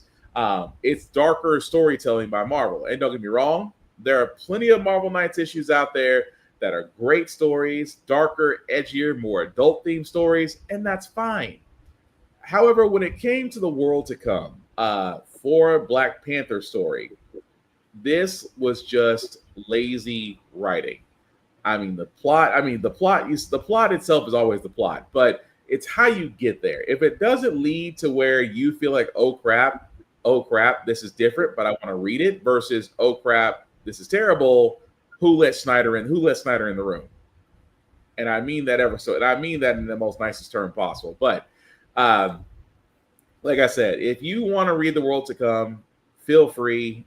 But you can understand why a lot of people just may be mad about this, but not for the reasons that you think. Because a lot of people, and I'm sorry, Joe, I know I'm rambling, but I'm gonna wrap it up and throw it to you. But the part I'm getting to is just that a lot of people, when they saw this, thought that, okay, well, you wanted a Captain America that was black, which obviously there was a black Captain America in the comics. You wanted a black Nick Fury, not remembering that people don't remember that there's actually two versions of Nick Fury: the man on the wall, which is literally the man on the moon, versus the one we have now. So, with all that being said, whenever it comes to gender or race swapping characters, it's always been understood that if you do it properly, nobody has a problem with it. Nobody has a problem with Samuel L. Jackson being Nick Fury in the current MCU, or would you rather have David Hasselhoff from Nick Fury Agents of S.H.I.E.L.D.? For all those that remember that movie. What do you say, Joe? Both. You would have both? Okay, fair. Because they're two different eras. And you're right. David Hasselhoff is our Vietnam to Cold War era Nick Fury. Samuel Jackson is our post Operation Desert Storm to now. But you know what's so crazy about that? That the Hasselhoff would be the man on the moon. He would be the Nick Fury on the moon right now. He would literally be the Watcher-esque person on the moon. Yes. While Nick Fury, while Samuel Jackson, what we know, is literally the person running the show as far as S.H.I.E.L.D. So, just like in the comics, where he's Nick Fury Jr. actually. Yeah, exactly. So a lot of people are trying to sit there and say that, oh, well, you guys, I mean, we can't have a white Black Panther. It's not even that. It's again, a lot of people, like I said, a lot of people get this wrong. It's the fact that for a lot of readers, including myself, that are Black Panther fans, we are not mad about the fact that if you wanted to make a white character to take the throne of Wakanda, do so in a story that we actually want to read, not a story that just reflects that you want to be lazy about it. That's the thing. I mean, if you want to give us, I mean, case in point, it's just like when Captain America, when he said "Hail Hydra," and the first thing everybody thought, "Oh, Cap turned." Not only to come to find out that really wasn't Captain America, that it was just a clone. No. That really was Captain America. They used the Cosmic Cube to change how he grew up. Oh, thank you. Sorry, I'm getting my The facts. clone is the current Captain America. Yeah, the clone is the current Captain America. Thank you. Steve-O is still Steve-O. Yeah, my bad. Thank you for correcting me. But yes, when people got mad about that, it's like they were mad, but at the same time, it's like, let's run with it. Let's see where this goes, because it's different storytelling. But how carefully crafted that story has become, very few people have an issue with it now because it's actually good versus, the world to come. Now, I am not knocking. This is just my opinion on it. I can't, Joe, if you got an opinion on this as well, feel free. But just for me, it's lazy writing. And if it's lazy writing, then it's going to turn a lot of people off. That's just my whole thing about it. All right. My opinion on this is this is going to end up being non-canon. So why is this such a big deal? Not the race thing. I get that. I do. I went through that somewhat in the 90s because this is the inverse of when we got the son of Green Arrow. Yeah. Who Connor Hawke is half white, quarter black, quarter Korean. Mm-hmm. But he is very much black. Like, he is black with blonde hair. Yeah. Because genetics. I don't know what to tell you guys on that one. That's not me. I am not part of the artist team on that, or the creator consultant team on that one. Fair. Asian eyes, black skin, blonde hair. Right. Only a German geneticist could have came up with that one. But go ahead. Also gay, which does deal with pride and is in an issue we will be talking about. That does actually play into some of his stuff. Yeah. Yeah, people threw their hands up in rage on that one because it's been Ollie and Dinah all this time, and then we bring out Ollie's lover at one point, and like maybe a couple in like a particular arc, and all of a sudden he's got a child who's black, Korean, and white, who becomes the new Green Arrow and replaces Ollie for the majority of the 90s, along with Kyle Rayner and the other like legacy heroes. Excuse me. This is the same thing, only I don't think, regardless of how much they say, oh, this is going to be in the near future, bullshit. This is Marvel Knights. This is a different imprint. This character will probably be retconned out of existence or will die a hero's death or a meaningless death later on down the road, and no one's going to miss him. Or he'll just vanish because they don't want to deal with the pushback as they get on later on down the road.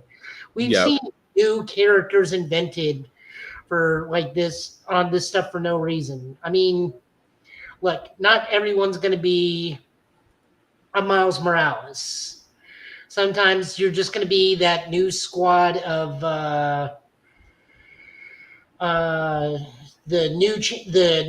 squad of champions that got immediately backlashed into non-existence. Remember where they had hot, cold, safe space and cell phone? Yeah. And we just bullied the shit out of them, and that book never came out? Pretty much. Yeah, those kids are never coming to the book. This dude is coming to the book. The book is released. But in the grand scheme of things, the story wasn't good. I'll tell you that much right now. The race war they kept talking about, I'm assuming means human versus mutant. Like, please tell me they're like a Sentinel or the They just kept nullification. saying the race war, and they lost Storm, so that just tells me it was humans versus mutants. It was human versus mutants, but they're Which saying, I say, oh, is it Tuesday again? Which was like, tell me that like some Trask technology was involved. So, like, don't make this sound like it was just some lucky vigilante with a pistol. Because even with with Deadpool and Wolverine, I was kind of hoping for like still They images. never really go into how she was killed. It's just it was the race war got her. But that's the thing. But that goes back into where I said lazy writing, and a lot of people were just like, Storm went down, and you don't. And I said this is why I said was the problem with lazy writing. You took one of the most, if not arguably, powerful mutants, and you're saying during the war with the mutants versus humans that somebody was able to take her out, and if so, you're not going to explain how. And that's the thing that bugged me. It's like, again, this is where I say a lot of, and not to get, a lot of people are like, well, Black Panther was always going to be a, let's be honest, they always wanted to be a black person. Again, I am not knocking with you wanting to rock the boat. The problem is, if you're going to rock the boat, you have to do it properly. And they didn't do it properly. They didn't. From beginning to end, this was not proper. From beginning to end, you could have made his son more sinister. You could have made him, I'm not gonna say Killmonger-esque, but at least have him trained as such. You could have made him sophisticated. You could have made him ruthless but intelligent. You could have went so many ways with this, but you didn't, and that's the problem. If it were me, the easiest out and the easiest way to make this even remotely usable is this kid is the son of Ross. And T'Challa adopted him at a extremely young age because something happened to Ross and his family. Okay. So he is an adopted child of T'Challa. That is one of the only ways I can see this redemption on this thing, because every other way in this is just dumb. It is. Even his introduction, albeit how it was done, was still terrible. The thing that gets me is Christopher Priest is one of the most prolific writers for Black Panther and Blade. He wrote for Blade. Okay, and he's like one of the big writers for both of those characters. Like Christopher Priest run Our Beloved. So I'm wondering how much of this really was written by Priest and how much of this was written by Quesada. That part. That's the thing. I mean, even though it says it was written by Priest and art and wraparound was done by Quesada, it's just like, did y'all really, or did y'all just take marching orders? What did you guys actually do? Because I mean, there's a reason why Joe Quesada is not an editor of Marvel anymore. I would say that much. For multiple reasons. But I'm sorry. Yeah. But Tafari, your thoughts on this? This is out already, or this is still on the way? This is out. No, this is out. This came out last week. We just aren't going to cover it because it's dumb, and I can play this. Yeah, you would have been better off leaving almost no detail, shadow dropping this, and letting people talk about it themselves. But like, everything we know about this is the stuff you willingly volunteered. So do with that what you will. I mean, it's just, usually, like I said, we're never on this show not downing comics or telling people not to read. And again, we're still not telling people not to read this. I still want people, we are not experts or quote unquote the go-to people. We never said that. We never will be that. We're just guys that love great stories and comics. That being said, we still want people, if you do want to entertain this, that you should give it a shot and then make up your own opinion. But I mean, for us, we prefer our stories with just a little bit more finesse. And Still, it was just say what? Still, I'm giving it this. Oh, it's okay. It's not okay. Not the Mrs. Swan. Not the Mrs. Swan. Not the Miss Swan from Mad TV. It's okay. No, it's Community. Oh, I heard Miss Swan. I'm sorry. I heard Miss Swan Fine, from we'll Mad. give it this one instead. Yes, my queen. The ant has some faulty programming. Jesus. God bless the Beast Wars. But yeah, but like we said, it's one of those things to where, again, if you want to give it a shot, feel free. But like I said, it's gonna be hard to go to part 2 if this is supposed to be a 6-part series. But that's all that I have on that. So, but yeah, this was going. Hopefully, this leads to a better news in our comic pools. So, Joe, whenever you're ready on that. Boop. Boop. Go to Rick's Comic City, do the stuff. Oh yeah, because again, it's always fun there. Although I did love the fact that they did change a lot of things around. Also kid friendly, because I could see off the bat I had my troops in there, and they were having the time. They were having fun in there. I will say that much. What else I was going to point out? Tafari, did we have anything from DreamCon that you wanted to bring up during your time there? A lot of cool stuff. Got to meet a lot of cool people. Finally got to meet Swoozie. Boondocks panel was great. A lot of that is on. Can I ask one thing about the Boondocks panel? Yeah. What was with that mass booing when that one guy came on the screen? Okay, so Vlad has been, if you don't know, good for you. Vlad has basically been known for being the guy to get hip hop people to come on his platform and like telling themselves. Pretty much. And there's since like the birth of YouTube, and really the issue is that he's never had any competition, honestly. Like he got popular when I was in middle school, and here I am in my 30s. So when somebody it got to a point where it's like he went from being just a cool platform to, by the time like the next generation of artists come along, oh, if I don't get an interview on this platform, I don't have a career. Pretty much. But he's always got like information that people you can't, like, it's not available to the public. It's like, so you got stabbed in jail, right? And it was a white guy and a Mexican guy. And it's like, how do you have that information? Mm-hmm. And there have been multiple instances where people do interviews that end up getting them back in court, if not more time, or getting them jammed up, basically. And there have been interviews where people tell about things and it has real life implications and fallout. Mm-hmm. And he's been made aware of this and very much culture vulture things. And he's had fallouts with a lot of people recently.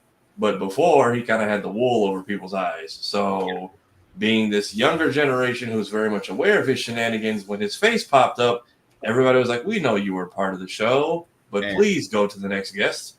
And booed the crap out of him. Yeah, it was funny because it was like Monique, I think Sway in the Morning. He pops up and everyone boos, and then we cut to Mos Def right after. So he was in the show. His appearance was very much not appreciated by the creator, and it very much caused some issues behind the scenes. Mm-hmm. But that's basically it. He had something that could have been cool, and very much it just became the place the police go to find incriminating evidence. Pretty much. And his platform has aged terribly. He acts like he doesn't understand why, and folks are just not here for it. Which is also why when it ended up in an article with that same video, like, he called in live, and I'm like, hey, that's not what happened at all. Could y'all please fix this? Mm-hmm. And they used Tafari's footage. I'm not bothered by the footage or the tweets. I don't like the story they tried to use me to paint, and that was the bigger problem. Which, like, whatever, you can use my shit. It's people will know it's me. I don't like, because I don't, if that's the story you're gonna spit, I don't want my name up there like, oh, look what happened and look who captured it, because now I look like the asshole putting out all the bad shit. Right. But yeah, the Boondocks panel was dope. Bringing out John's son was actually unplanned. He just showed up and he was like, they kept asking me to do it. I was like, I was literally in like one episode for 2 seconds, but fine. And it was actually a nice surprise. So it was cool meeting JD. Also, I didn't know he was even in the original show. I wish he would talk about that more. Meg Thee Stallion's panel was cool. Ironheart showing up very last minute and getting to do a panel with Tony Weaver Jr. was cool. Getting to meet a lot of people, got a lot of free stuff. What else did we get? The Boondocks panel, well, not panel, the press conference we did. Got a lot of insight from them just about the show, stuff they'd want to make in the future episodes. Loki turned into damn near an improv comedy show for a hot second. Yeah. That's out on Blurred's Eye now. Whoopty and Navy went to MomoCon. So the interview with Nolan North is up right now. That was actually a pretty cool sit down to watch and chop up. Zayna Bear is going up next week. But yeah, we got to do a lot of cool stuff, meet a lot of cool people, got to participate in some cool press conferences, got to meet a lot of behind the scenes people. Yeah, got all the autographs of everyone who was there. So hopefully working with some people in the future, we will see what plays out. Everyone is still angry at me about my anime hot takes, which that was like 10 out of they kept like 10 out of 40 of them. So it makes me wonder what you said. I could. You know what? Keep going. You know what? I'm gonna find it. Yeah, if you want to shoot him a DM, they'll probably be willing to do it. You know, I would love to. We would love to have him on here just for that. Yeah. So those got because we were supposed to do that last year. So because we had to wait a year, I was like, I want to make sure we make the most of it. And I wish he would have kept the beginning because that's why I'm making that face because he's like, you're no stranger. And I'm just like, I had a feeling I'd run into you. And then I pull the phone. I was like, I came prepared with my grievances. I'm sorry. So even because I can tell they kept the camera rolling early. Like if you notice, everyone else is off in the corner. And I feel so bad by the guy whose job it is to like watch the cars so people don't lean on him and stuff. Because I could tell he was nervous. Because then when I called everyone over and you see there's like 15 people between these two pristine vehicles, I could see him kind of freaking out. I was like, I promise we won't dent it or scratch it. But like that was completely unplanned. He didn't know what I was doing. I just grabbed him and moved him. I was like, yeah, we're going to need room. He's like, what? He's like, oh, you have a list. I'm like, I wish you didn't see the phone because it was supposed to be a surprise. Yeah, they are angry with me. Yeah, I was trying to get this. I was trying to catch it before. You hit the volume now. It's about to start over. I know you are no stranger to hot takes. Don't hold back. Nobody understands Jujutsu Kaisen. We're all just here for the hands. The only good thing about Akira is the animation. The story is absolute trash. Fans came up with a better ending to Attack on Titan than the creator did. One Piece is great. Power scaling makes no sense. The first episode of Don isn't weird. You just want to be different. Luffy got Ace killed. Stain from My Hero Academia was right. Tsukasa from Dr. Stone was right. Blackbeard's power is plot armor. Zeke Yeager's plan made no damn sense. The last My Hero movie shouldn't have been made. Everybody. This man came with an army. Black people can cosplay whoever they want. Black people can voice act whoever they want. If you got a problem with the last two takes, you're part of the problem.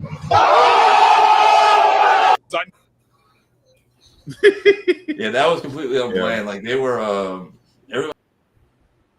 Oh, I don't know why it just they got him. Weird. I was saying, they apparently came for you. Like, dang. Apparently, so yeah. The ending was a complete surprise. I was literally huddled with everybody who was like, wait. I was like, hey, when I call y'all over, just do the super hot fire when I fall backwards. So they didn't know what I was gonna say, but you could see them like co-signing it.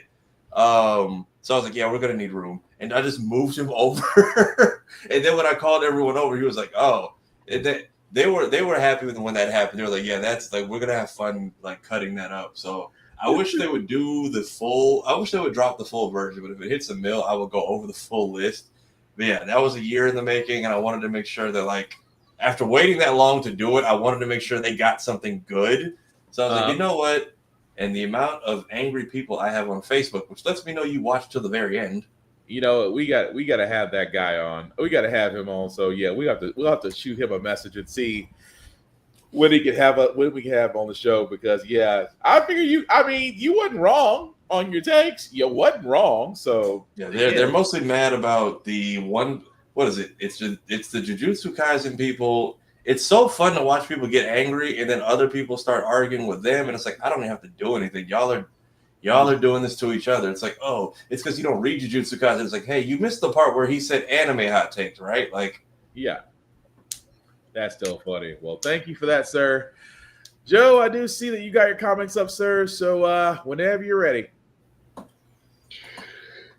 All right, we're doing some of these fast, some of these slow. Absolute Green Lantern, good book. John Stewart gets too close to the truth. We don't have to worry about that anymore.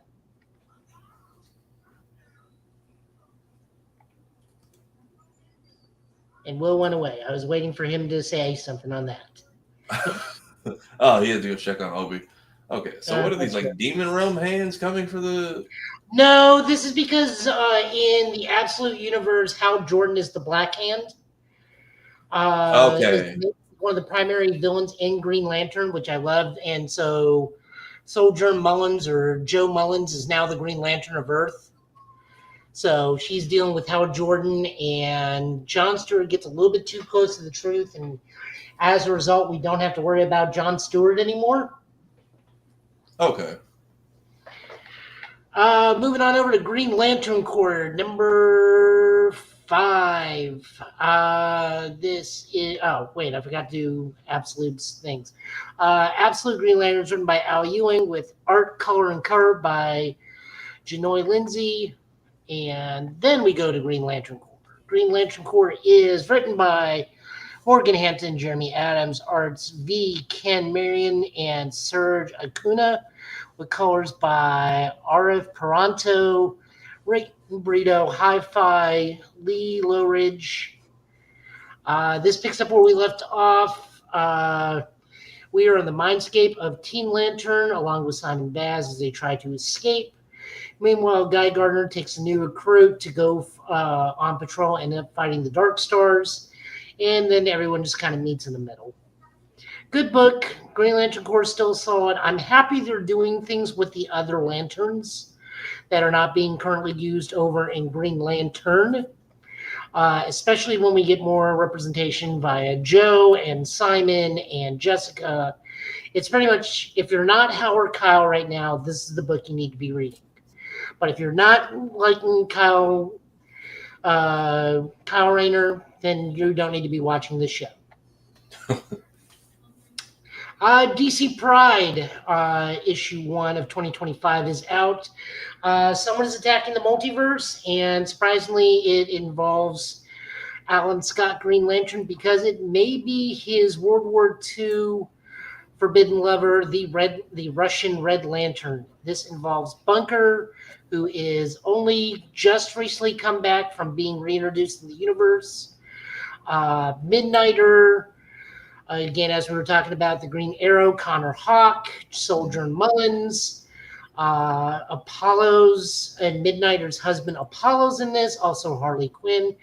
Again, this is one of those, it's an anthology book that also brings everybody together at the end for one big thing, one big overall story. Definitely go read it because representation matters. Yep, still a great story too. Yep. Oh, it's a really good story. Yeah. This one went way, way above what Marvel did. Marvel was solid, but that was just good.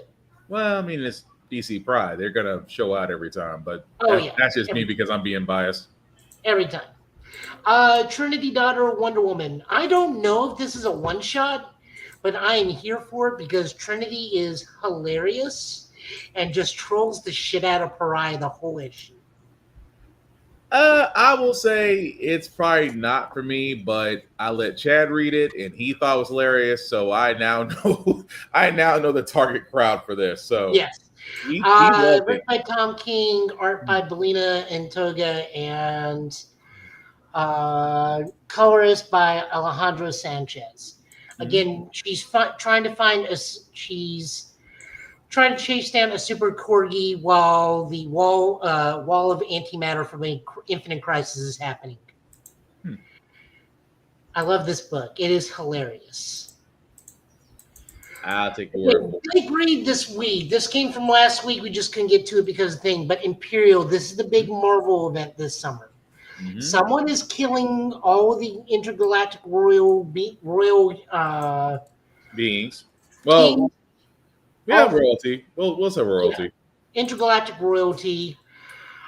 This is written by Jonathan Hickman, art by Eben Colio and Federico Valentini, colors by Federico Blee, covers by Marco Cicchetto and Marte Gree. We get to see the return of the Green Scar. Mm-hmm. Wakanda may have effed up, but we don't know how Wakanda plays into this. That's my thing. It's like I wonder because it's Wakandian tech. It's like it's a nice murder mystery. I'll put it that way because it does kind of point the finger at Wakanda. Yeah, the Kree are also partially to blame, but they just look. We make the munitions. Mm-hmm. We did receive a weapons order. We don't fire the things. We just make them. Fair. It's not on us. Because also, less claws around, but that's a whole nother story. Oh yeah, but I mean, the only reason Hulk's involved is because the son he didn't really give that much of a shit about, which is the one that looks like his wife was the first one murdered. Right.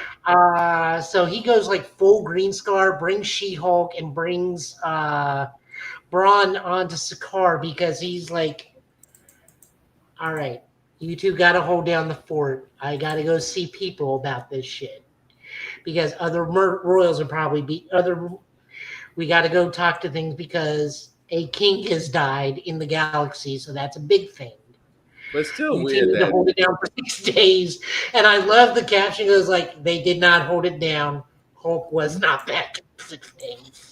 It is still weird that like I said, Scar being the one son he didn't want, and yet you have She-Hulk and Amadeus right there beside you. I just thought that was interesting, but no. And then, well, I mean, even tells him point blank because she's like, "Why are we here?" It's like, I'm gonna leave. Mm-hmm. They respect me as the king. You are my immediate family. Mm-hmm. Therefore, they will respect you. Although I just hold this shit together down. I'll be back in 6 days.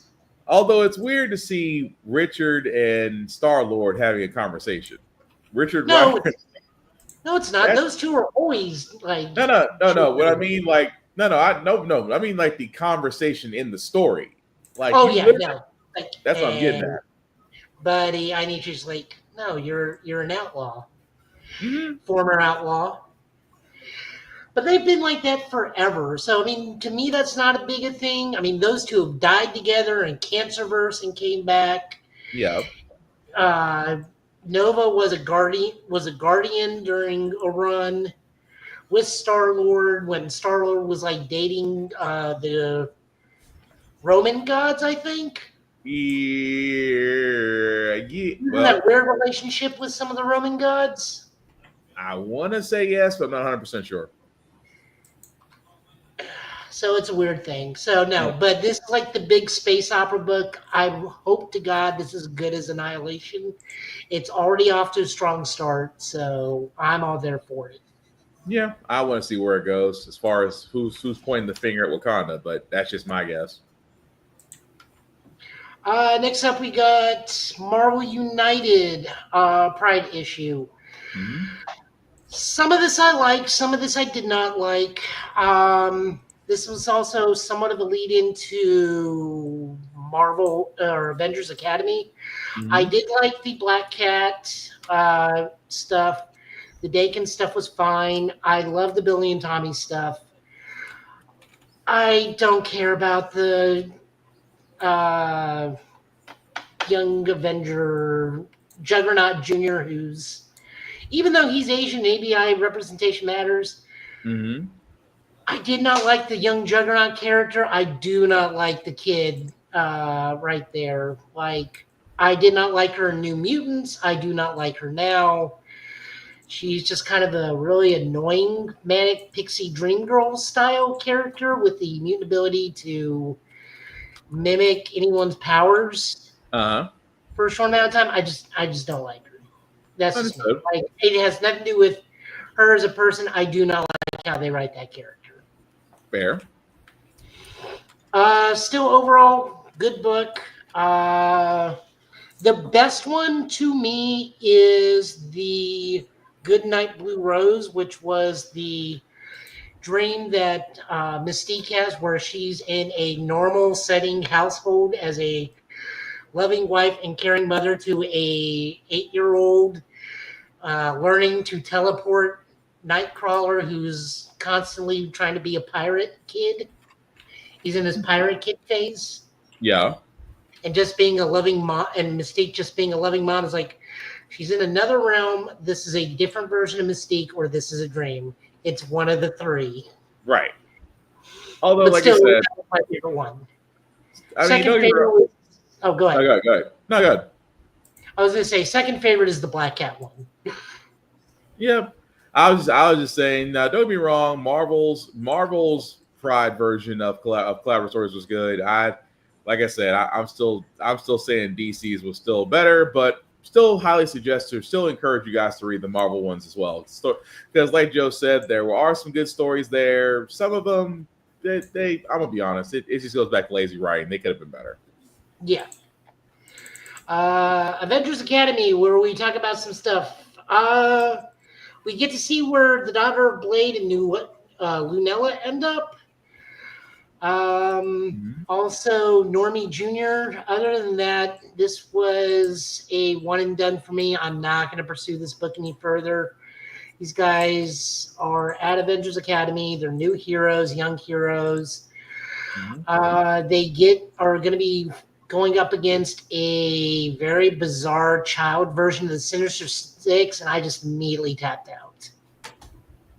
I would say I can see it for the younger generation, but yeah, I'm kind of with Joe on that one. I would suggest that, but not really a pursuit on me on that one. Not to say that the book is bad. It's just that you can tell it's targeted for a younger generation. And I'm not trying to say I'm old, but you go where your tastes go. But it's not a bad book. Still want to give it a shot. Still want kids to read it and expand their horizons. So definitely do that. It was written by Anthony Oliveira with art by Carola Borelli and Bialy Rosalind and Carlos Lopez and KJ Diaz. Mm-hmm. Oh, that's why this was like a mini graphic novel. That's why it was so long. It was like 6 issues long. Mm-hmm. I was wondering, it was like, God, this is going on forever. Mm-hmm. Next up, we got Exceptional X-Men. This is written by Eve L. Ewing, art by Carmen Carino and Frederica Manson. Macon, colors by Nolan Woodard. We go into Axo goes into Mr. Sinister Psyche to retrieve Emma Frost. We learn that he has a very, very fragmented psyche to almost the point where it is basically Alice in Wonderland. Mm-hmm. We find his MacGuffin that makes him chill out, and we proceed from there. Again, solid issue, good art. I am biased because I'm a huge Emma Frost fan, but that is just me. It's becoming a little bit of a hard read just because with this lineup for this one, this is probably going to be one of those ones where it's just not my taste, but maybe for somebody else. I'm not saying it's a bad book, but still encourage people to read it. Again, if you're a Gen X, and I do mean like Generation X X-Men fan, this is the book you want to read. Mm-hmm. This is this version of Generation X's Exceptional X-Men. Mm-hmm. Moving on over, we got Magic #6, which I guess that means that this is now officially an ongoing series because I believe it was only supposed to be a 5-part miniseries. I'm all for it. Again, biased because I'm a huge Magic fan. I know I always get a chuckle from Tafari out of that. I will at least always be honest with you guys when we run against something where clearly I'm being more biased than I should be. This is written by Ashley Ellen, art by Jesus Javeras, colors by Arthur Hussolini. Magic and Madeline Pryor go deal with some limbo business, and Madeline keeps like, "You're not taking limbo back from me," and Ileana keeps going, "I don't want limbo back from you. I'm just here to help." That's all this issue is, but it's still a solid issue. It's like, I am just visiting. I am an on-site consultant. Just love as the demons in limbo were looking for acknowledgement, and Madeline got pissed. Yes. It's like that part was funny. New Avengers. This is the book that comes out of Thunderbolts. Mm-hmm. So this is our New Avengers team. This is written by Sam Humphries, art by Ton Lima, and colors by Rain Bretto. Bucky and Natasha go on a mission. They happen to run into Laura and call in a favor for Namor because they are dealing with Hydra. Uh-huh. Or no, they go and deal with something, and it turns out it is the Jackal, who has decided to make mutant clones of the Illuminati. Grotesque mutant clones of Illuminati of hybridizing certain heroes in with among the Illuminati, meaning they are dealing with like Black Bolt, Steven, Doctor Strange, Charles Xavier, Mm-hmm. except they're all like big mutants. So that's how Clea gets roped into this. We're still not sure how Hulk and Carnage gets roped into this. Keep in mind, Carnage is now kind of a good guy because it is Eddie Brock, and Eddie has to keep the Carnage symbiote technically in line. He's also, in his own book, he's nearly killed himself 3 times to prove to Carnage he is not bullshitting around. He will napalm himself to death to kill Carnage if he gets out of control. Because Carnage has already set up a masquerade mass murder in his own book, and it turns out it's symbiote. And it is like, no, you will burn, and I will die, and you will die with me. Although it was crazy to sit there and say that you have to be crazier than Carnage, and at least Carnage does believe in self-preservation, even for a symbiote. Mm-hmm. No, this was a really, really solid read. I really enjoyed it. I can't wait to see how the team all comes together. Will, what do you think? This one was kind of different. It kind of did follow a little bit. I thought it followed One Nation Under Doom for a second from the beginning. It does. This is the immediate fallout. Okay, so it's the fallout from that. Okay, so yeah, I mean, it's gonna be interesting just because Namor. I mean, of course, Laura Courtney and X-23 and Bucky had their road trip beforehand, which was cool. Still seeing Bucky and Black Widow in a semi-conductive relationship is gonna be interesting, but Namor, of all people, acting more Thorish than I ever thought he would act. As far as where do I need to direct my rage, that's very Asgardian of you. But I keep forgetting that Namor actually likes Bucky because of their time together on the Defenders. Yeah, during World War II. Yeah, so I will say this: it's a nice read. I do want to keep up with this because I want to see where they go with this team. So I recommend this one. Plus, this is the closest thing we're getting to a Thunderbolts book for a while. Pretty much. Next up, we got Spider-Girl. We are looking at this for a specific reason. I would not subject anybody to something without at least a decent reason or a decent story. So this is written by Toran Grombic, art by Andre Russo, and colors by Java Tarntagila. Okay, so the main girl is named Maka Carne. The reason why this is not going to be as bad as Spider-Boy is she is a mutant. So her mutant ability is she can take the powers of anybody she looks at for a certain amount of time. Considering she was at a tournament and faced off consistently against Spider-Boy means she permanently got his powers. Her ability is augmented to where she has barbed wire webbing. So she can hurt people quite badly. And it's also, surprisingly, kind of Cobra Kai. Because her main supporting cast characters is all in a karate dojo. So this is actually a pretty fun premise. She doesn't insist upon herself like Spider-Boy did. She's already said up in a previous book. Her arch nemesis is Bullseye, which is going to be fun. She still can copy other people's powers for a short amount of time because she does copy Vermin in this issue. But she has what looks like a fun cast. She doesn't go bother the other spider people immediately. She just wants to do her own thing. So this was actually a fun read. I was really worried this was going to be all the trappings of Spider-Boy, where like I got to go harass Spider-Man every second of every moment of the day and prove I'm a real boy. She's just like, I just want to live my life. Oh, hey, I got to be Spider-Girl. I kind of got that same feeling when I was reading this story, and I was like, first off, barbed wire web. Yep, that's definitely a mutant trade. That's definitely a mutant trade-off. It is a nice story. I'll put it that way. It's a nice story, and I really do want to see where they go with this because Spider-Boy just didn't seem. Spider-Boy seemed more rushed, whereas this one actually has some thought put into it. So I'm more inclined to see where this goes for this story. Yeah. We'll give it a couple more issues, but right now it's on good ground. Yeah. Next up, we got Transformers number 21, written by Danny Ward Johnson, art by George Corona, and colors by Mike Spicer.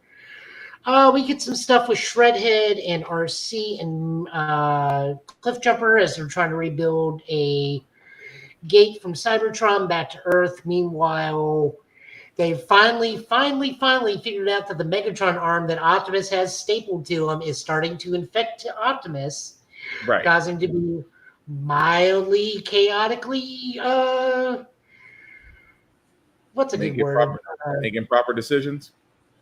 I was gonna say prone to blasting things more than anything else. That too. Yeah. Megatron, on the other hand, just like aside from. Oh, wait, we can curse on this thing. I keep forgetting it's our podcast. Yeah, just slapping the shit out of Starscream. Just the moment Starscream opens his mouth. That was funny. That was funny. And then he had the nerve to insult Optimus after Optimus said, you have to shoot this arm off. And of course, Megatron, walking around kind of having a very optimistic for a Decepticon, but again finding his arm and saying, you know what, Prime, you had all the power in the world, but you were just too weak to wield it. As he literally grafted his arm right back on himself and it's like, all right, I'm whole, let's go attack him. But that's not the big thing. The big thing is the Decepticons just go immediately to the Ark with Bruticus and Devastator just go kill. But of course, Devastator and Bruticus have to get into like two little brothers squabbling against each other until Megatron has to play mom, goes like, do what I tell you or I count to 3. Pretty much. Oh, and we kill an Autobot in this issue too. Yeah, one of the aerial bots just immediately gets killed by Megatron. It was almost Jazz-esque, wasn't it? Just, we got to escape, and when you have to die. Not only do they literally shoot him as an arm off Superion, but Megatron just like casually walks up to him and rips his head off. Yeah. I mean, literally just, it's a sinister Megatron, I'll give him that, but considering all that he's been through, that does track. But yeah, all in all, the best part is the best kicker about everything is Thundercracker and Skyboard. Mm-hmm. That was messed up. God, I love this series so much. A lot of people really aren't starting to like it because of the artwork. And I get that the artwork's a bit abstract a lot of times, but man, this story is so good. But the weird part about it is the artwork actually fits the story. Because that's the thing I'm not understanding. I mean, not to go into a rant, but the artwork fits the comic. It's the design, the grittiness. I can see why they drew it that way because what did you want? What did you want out of this? CGI? Well, they're saying the art is trying to be so grim and dark, and the best you can do is edgy. It's like, read the book. It gets really dark at times. Pretty much. Very much so. So I'm like, oh, right, I forgot. The U.S. government's torturing Ultramagnets. We don't need to worry about that. Nothing to see on that side though. Nothing to see on that side of the fence. Yeah, nothing to see here. Move along. And that's all the books. Still recommend Imperial. Definitely recommend DC Pride. As Martok said, glory to you and your preferences.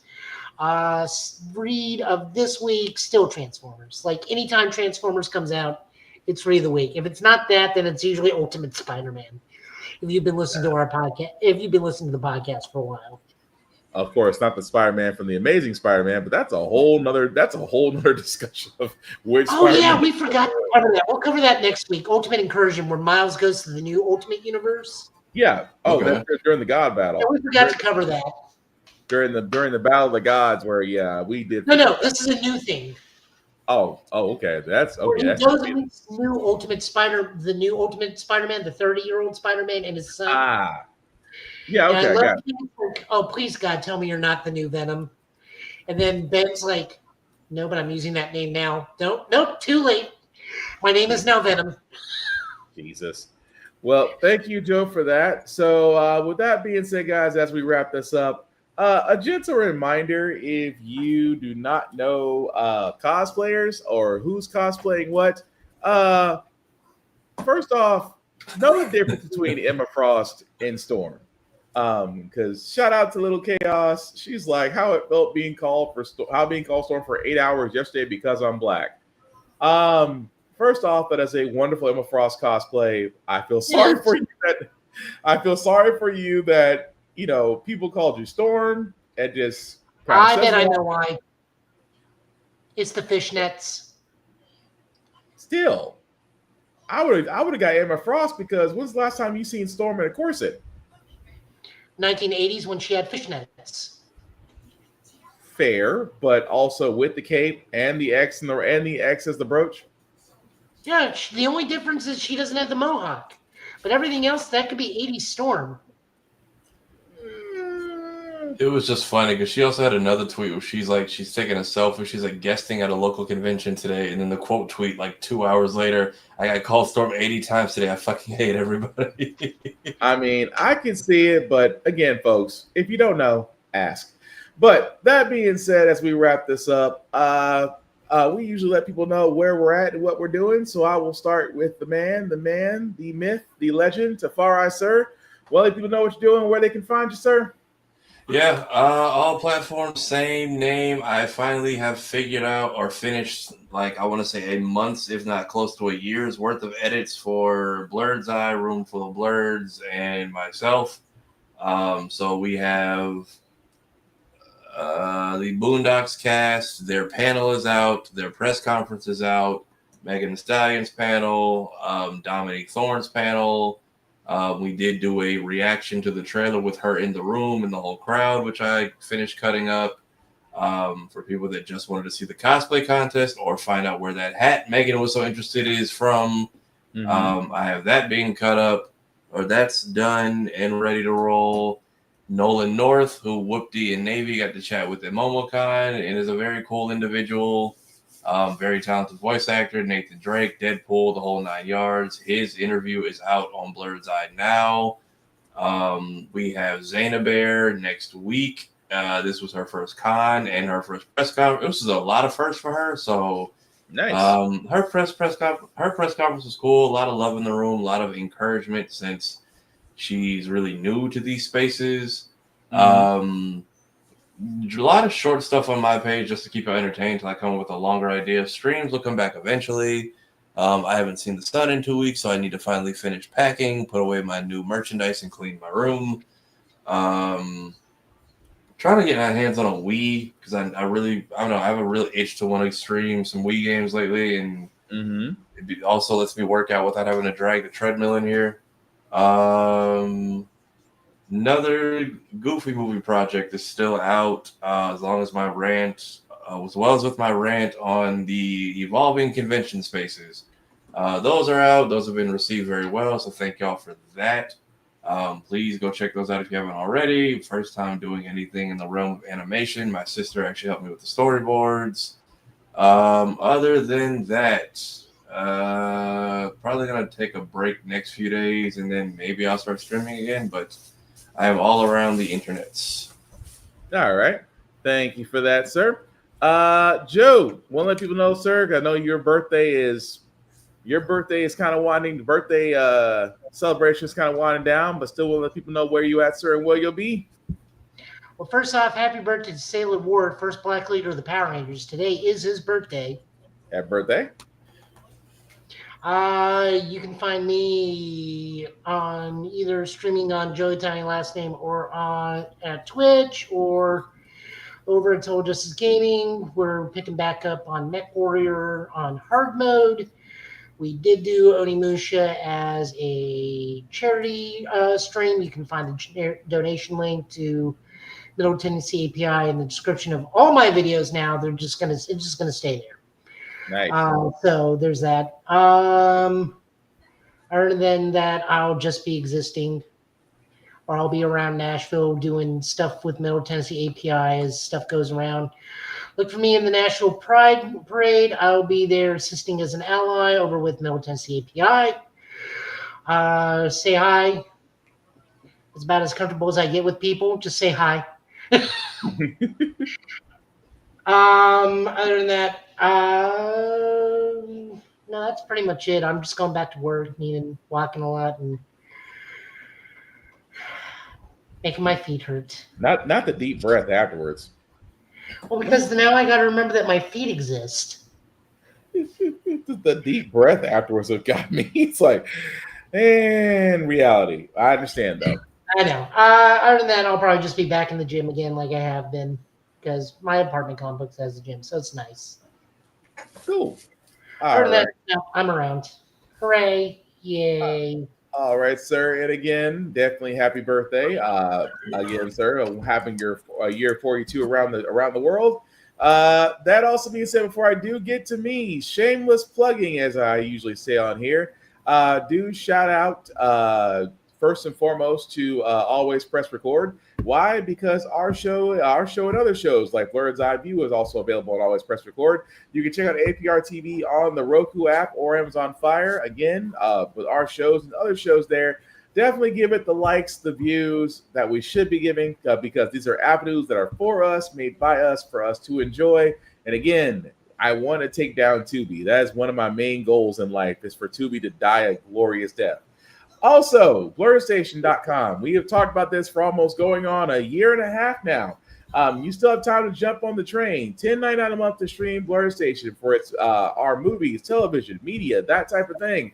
And also, guys, it helps support the cause to build a table to where our content, our viewership, most importantly, our dollars can go to. So definitely check out BlurStation.com. Please join up if you would like to. Select the Blurred's Eye View Affinity membership. Select myself, Tafari TV, or myself. Tafari TV or myself, Black Spartan, or anybody on there. And we would certainly appreciate that. As for myself, guys, I do want to point out that Give It Podcast does have a YouTube page, does have a Facebook page, has TikTok. Like, share, subscribe. We cannot do any of this without your support. So please pass it along because people are finding the show. People are actually talking about the show, letting us know that they enjoy it. I cannot explain. I will sit there and say thank you. As for myself, Black_Spartan615 on the webs as well. You can follow me there. Just don't be weird. I don't have to get in this whole thing of blocking people. That also being said, guys, with stuff going on, I will get back to streaming momentarily. I'm still finishing up, and I know I'm going to feel very old as I say this. I'm still finishing Final Fantasy VII Rebirth. I think I'm kind of near the end of that. I still want to go back and play the RoboCop game. I still want to start Monster Hunter Wilds. So there will be streaming going on very soon. Just have to get back to that because life be lifing. At the same time, I am taking I am doing a writing thing because I had this idea for a book that I hope will actually kind of open the doors to me writing. So hopefully we'll be able to share more of that because I'm not going to pull a George R. Romero and tell you that it's going to be that, I'm working on it. And then a decade later, I'm still working on it.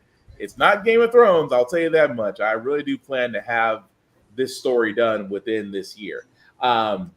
Also, Tafari TV usually has videos of cons, how to prepare for cons, what to do at cons, What do after a con? I just have 3 simple rules.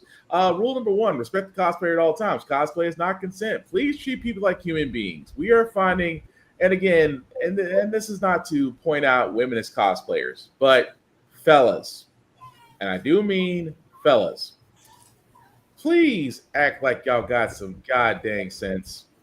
I understand that you think that it's cute to want to either hit on a cosplayer or flirt with a cosplayer. Here's my thing. If it's not being reciprocated, first and foremost, stop.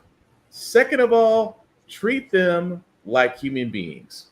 They are not out here for your pleasure. They are not out here for you to gawk at. They're not out here to fulfill whatever twisted fantasy you got. They're not here for that. It takes a lot The of answer to that? Go for it. They are not the character. I'm sorry. But what Joe said, they're not the character. Simply put, it takes a lot of courage to not only put on a cosplay that you created or paid for, no matter what you did, it's yours.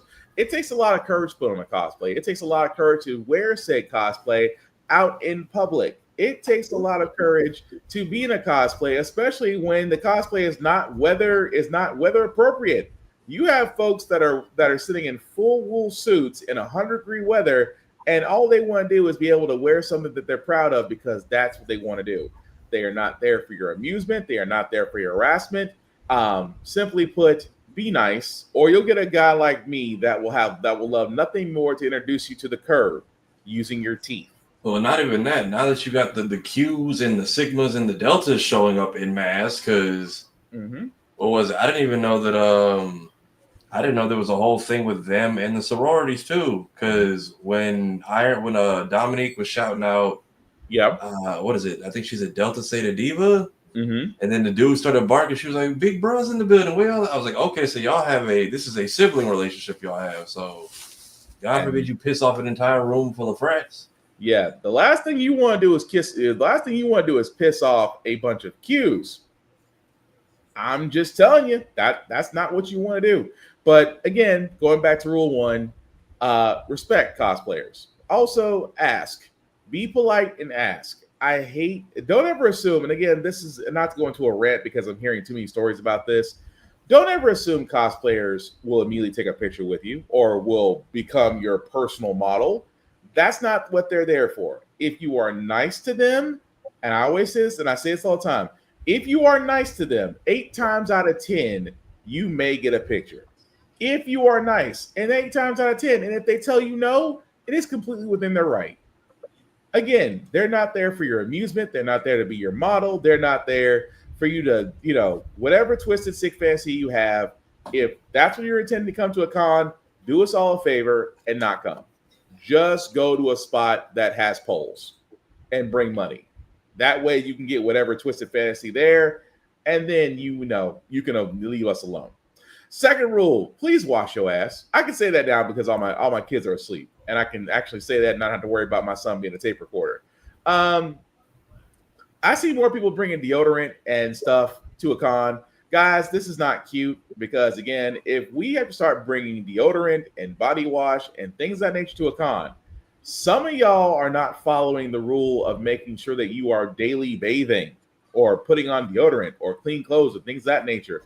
Please, oh please, it's not that hard. At the same time, it's a hygiene factor. It's a health safety factor because diseases and stuff are still being spread around. Again, wash your ass. Not that hard. The third rule I have for myself is I have for everybody else. This world is cold. This world is cruel. There's a lot of things going on in the world right now that we don't want to bring up because this show is supposed to be positive and it's supposed to be distracting. But guys, be nice, be kind, talk, discuss, and share your fandoms. Don't be a dick, and we'll all be cool. And as we wrap this up, guys, I do want to stress very heavily, it is the weekend, and I find myself saying this a lot on this show because, again, it's the weekend. Please make smart decisions. Why? Because you will not see a judge. If you are arrested and you go to holding, you won't see a judge till Tuesday. So make smart decisions. That's all I'm saying. You want to be happy or you want to go home? But with that being said, guys, we'll be back here next Get Bit time, saying Get Bit channel next Friday with news of the week along comic book pulls. So again, hopefully, and I want to say is Father's Day Sunday? Next Sunday, I believe. Is it this Sunday coming up? That's, you know what? That's a good question. I don't know if Father's Day is I think it's, well, that's sad. It's sad that I should know it because I think I want to say next Sunday. Nope, I'm wrong. It is the 15th.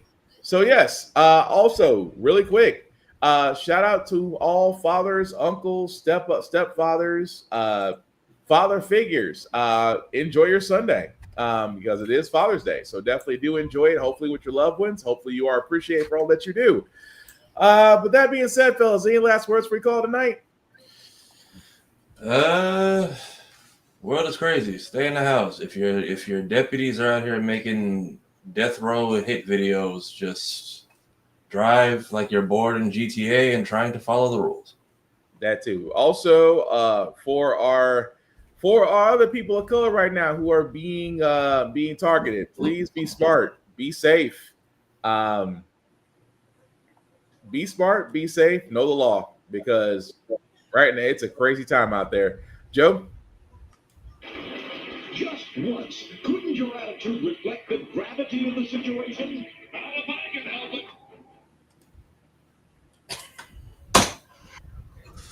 it. That I should just kill that. Wow. With that being said, folks, Do you know how hard it was for me to find decent Hot Rodimus Prime tracks? Do you know how hard it is in Transformers Season 3 to find those? The dedication that you have to this, sir, I lift my hat to you. If I was wearing one, I lift my hat to you. That being said, guys, thank you all for watching the Give It podcast. I've been Will. He's been Joe. He's also been Tafari, and Joe has always amazed me what he can find on Riff Tracks. Thank you all for watching, guys. Please take care of yourselves and each other, and I promise we'll get through this. Have a good, wonderful weekend. Happy Father's Day. Be nice, everybody. It's not that hard. Peace.